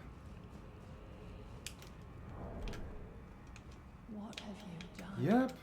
You've wounded Count Ymir most irreparably. If you say so. Okay. If you say so. How about you just keep on doing this?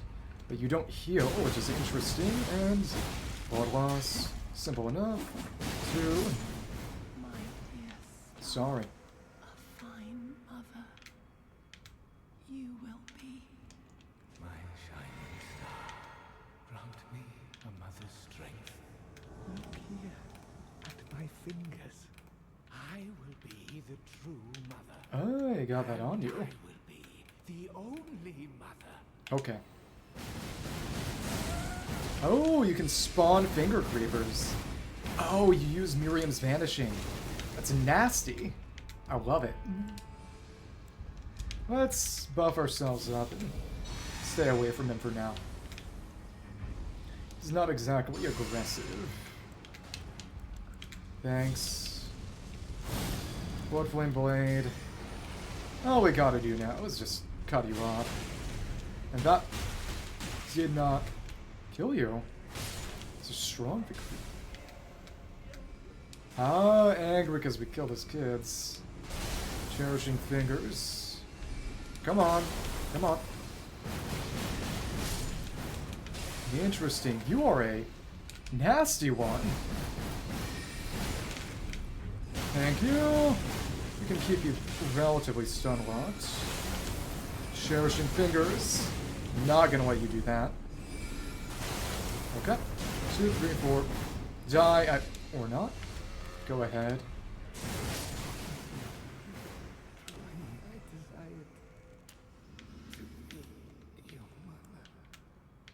Oh well. Ymir's bell-bearing, maternal staff, High Priest hat, High Priest robe, High Priest gloves, and High Priest undergarments. Frankly, though, that's a bit much. And Yolan will show back up here shortly. But Miyr is inaccessible now. I mean, we can push that again, but just what's the point? If we had missed that cookbook, I suppose. Undergarments of Count Ymir, High Priest, soft and well-tailored. Gloves, robe, conceals the abundance of squirming beneath, right, because must have eaten a bunch of nostrums. Gold embroidery decorates the purple cloth with a jeweled ruff. It sparkles like a flower wet with dew. Hat of Count Ymir, High Priest. The circular design at the top represents the greater will in its lightless abyss, imparting increased intelligence and arcane to the wearer. Though Count Ymir instructed Rohan in the sorcerous arts, he abandoned his allegiance to the moon. It was merely the closest of the celestial bodies, nothing more. Staff of Count Ymir, who made himself a mother of fingers, cared for one of tail fingers of his own, enhances finger sorceries, because the tail fingers of Metyr, like antennae. Crystal ball, though representative of a microcosm, would not receive any sign. It's got arcane skilling, so it's really good for, I suppose, with blood loss build up upon his perished flesh. Well, if there's going to be anything new we can pick up there as a result. But there's not going to be anything in Miyr, I presume. He rung the bell again. Maybe. We'll see what happens. So next time, I suppose, I'll go a bit into Shadowkeep so that I can actually unlock Abyssal Woods, go through Abyssal Woods, and all that. And after that, Shadowkeep, then Rhia, and then the final area. So I'd say 4 more sessions should do it. And we can actually sound the big wind chime. Oh, I got pipe organ and a bell. But of course, there's no point to it. Alright. Back here, we can get another level. Fun. And that's... Level that up. Go for strength. Okay. Crazy how these things go.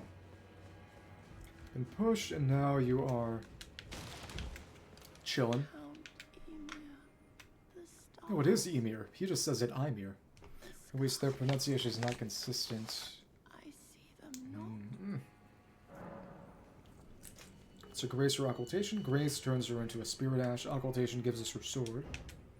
The night is ever dark. I need the stars. Give me light. The night I need the... Enjoy your bad ending. Sorry you attacked me. Oops. No light. Anywhere at all. This is the night I know. It's like her origins in the Bonnie jail.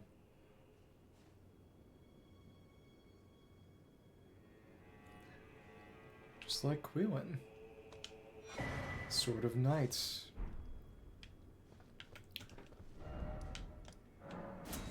That wasn't particularly nice of me. But like I said, I was never going to use the sword or the Spirit Ash, but you know, I could have used this on Fallingstar Beast.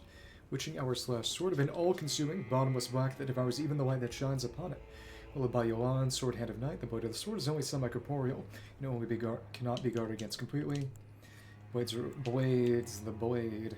Witching Hour / hold. Scatter shot throw.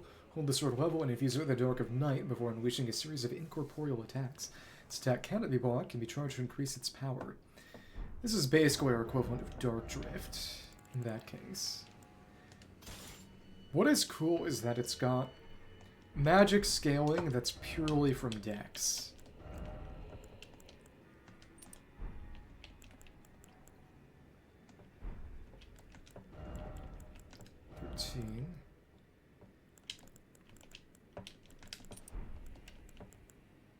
Yeah.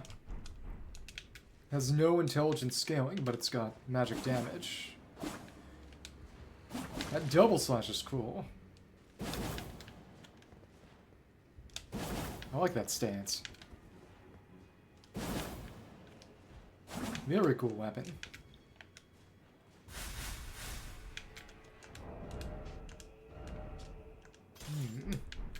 Wonder how much you can continue it. And charge it up. A bit more of an AoE including behind, and it flares a bit. That's fun. And she's dead, guys, but unlike Quillen, she doesn't come back. I mean, she doesn't just vanish. Well, that's the end of that quest line. Let me check to see if there's anything we can pick up with Ymir's bell bearing. Ymir, Ymir. The game is not exactly consistent. And... Remembrance and the bell bearing.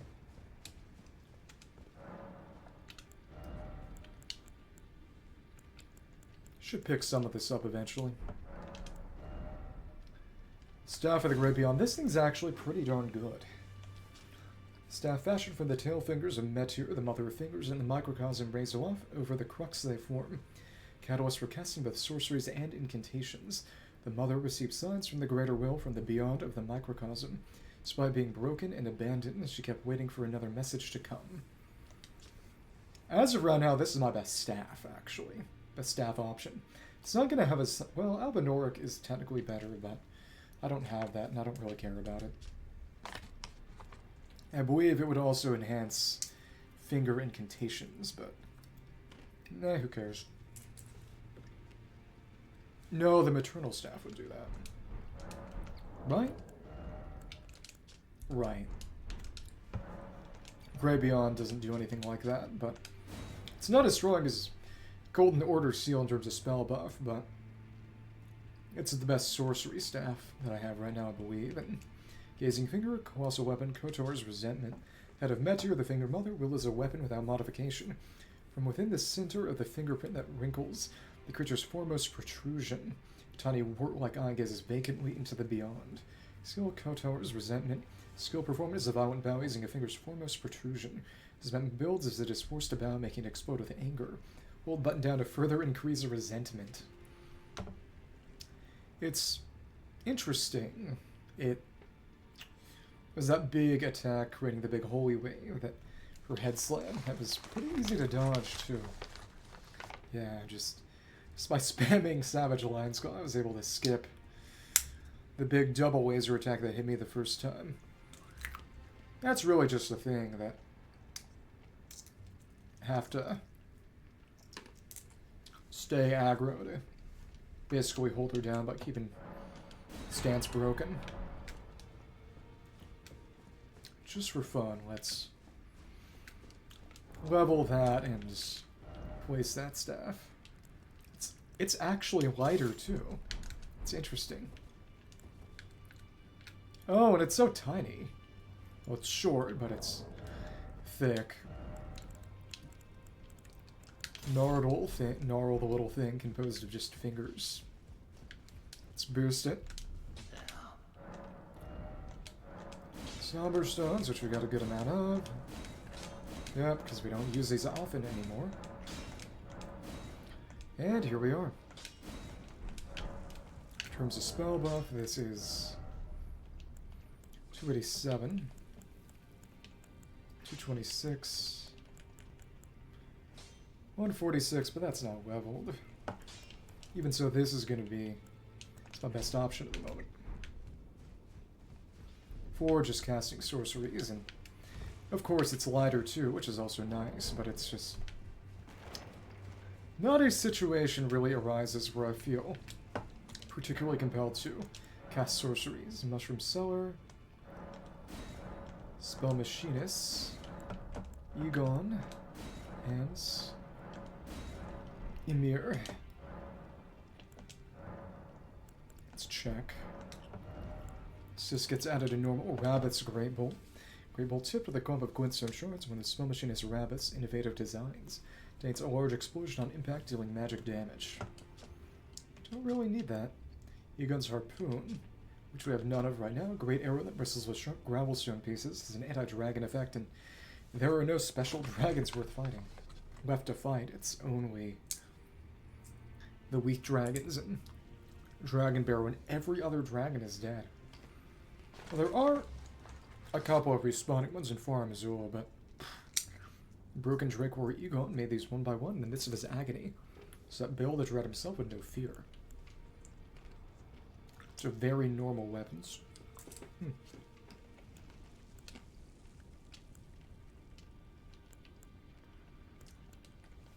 Scimitar. And all that. Still Sanctuary Stones. We got these rings. I remember back at the start of the game when 1,000 runes was actually something to write home about. It's crazy to think. And scrap, explosive stone, no poison stone. Phantom chunk. Go Reaver, sorcery and incantations. Buy the prawn and the necklace. That's funny. Full blade, leather shield. Polar star. Single larval tier, which we don't need. Crucible, yeah. I still do. Also don't need that. The map to Stardust. Shop 5. Ymir, and now, and only now, get Fleeting Microcosm. Conjures a microcosm. We can't use it yet. Not very good, though. Conjures a microcosm that pulses with a single wave, disappearing in a burst. Finger Sorcery of Count Ymir, High Priest, one of the secret hallowed rites. Conjures an image of a microcosm at a foe speed that pulses with a single wave before disappearing in a burst. Charging enhances potency. The broken, discarded, are fully willing to cling to fleeting simulacra, bringing them some modicum of sympathy. That presumably be the Swordhands of Night. If I'd given Aunt Yolan the Iris of Grey, she would have turned into a spell. I mean, an Ash of War. I mean, Spirit Ash. And if I'd gone to the top of Rabbath's Rise again, I would have been able to merge her with Anna to summon Yolan and Anna together, but again, I don't do summons. Oh well.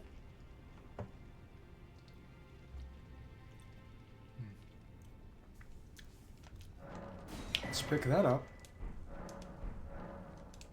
Cool. And one of those come from. Ah, okay. Now that the quest line is done, the final finger spell will be close by.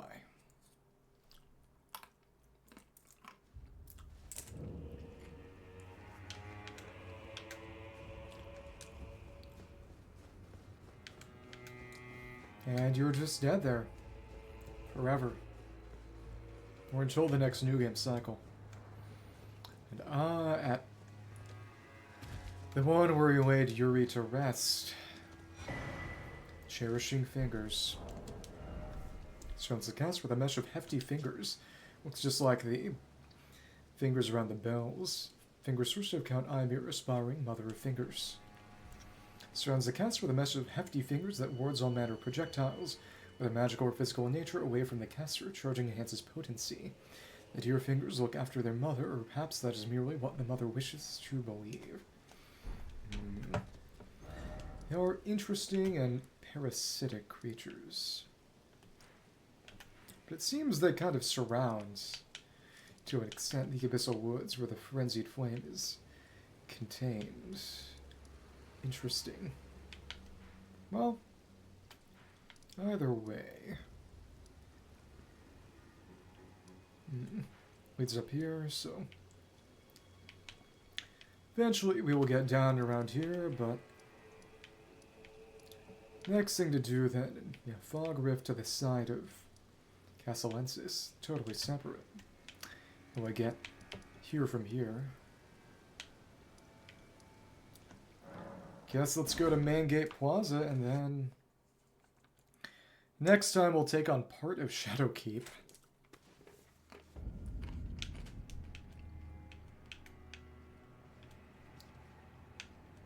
Wow. Then, of course, up there is the storehouse, which I've been in already. Then that tower is where I believe Mesmer is. To go through the storehouse in order to reach Scaduview behind, but you can only reach the top part of the storehouse if you go through this side through Church District, so cannot open from this side. It really is a Souls game. So, essentially, this area down here can only be reached by essentially dropping off the side of the keep. So, next time, I think, we will reach the woods. Not sure we'll beat them, actually. There's a dungeon, a sort of dungeon at the end. Think it'll be 4 or more so sessions. One where I get to the woods. One where I probably beat Mesmer in the Shadow Keep, depending on how long that'll take. One where I go through the ancient ruins of Rhia over here. And then the final dungeon. A meaningful amount has been accomplished today, and now I'm at 236. There are... Wait, huh? Wait, did I... Oh, that's really funny. I forgot to level intelligence. Because it's just that unimportant of a stat. It's really funny, actually. Let me correct that mistake. I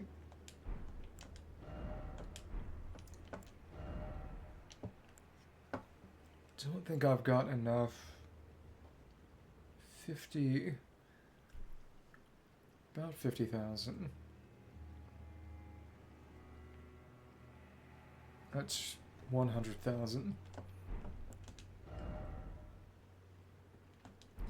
Even if I were to smash all these, I actually wouldn't have enough. So, oops, challenge failed. Well, it wasn't really meant to be a challenge. So... Or actually...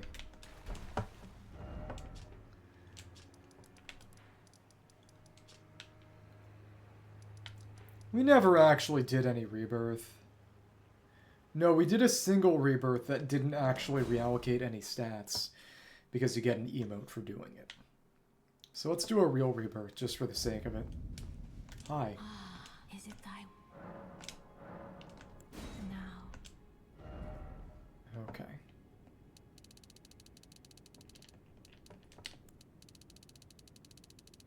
Have to keep the same level.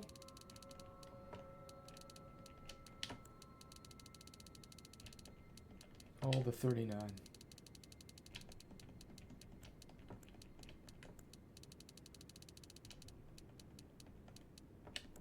It goes up a bit. And we'll see what we're gonna keep. Vigor, mind, endurance, and there we go. Can't get that any higher. And the world is healed. Okay. Cool. Yeah, so next time we'll just resume things from Shadowkeep and go to the Abyssal Woods. That'll be fun. Yeah, because it's probably the most out of the way part.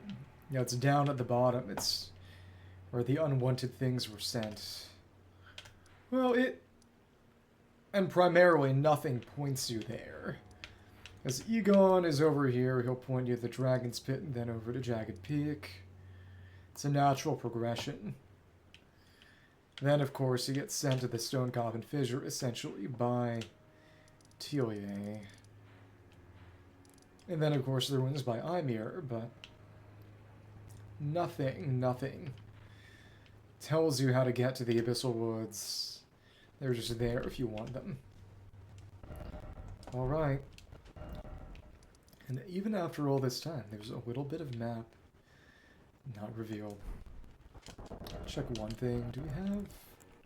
Yep, we got a shield with Acquiring retaliation, the best and easiest use parry in the game. We will need that.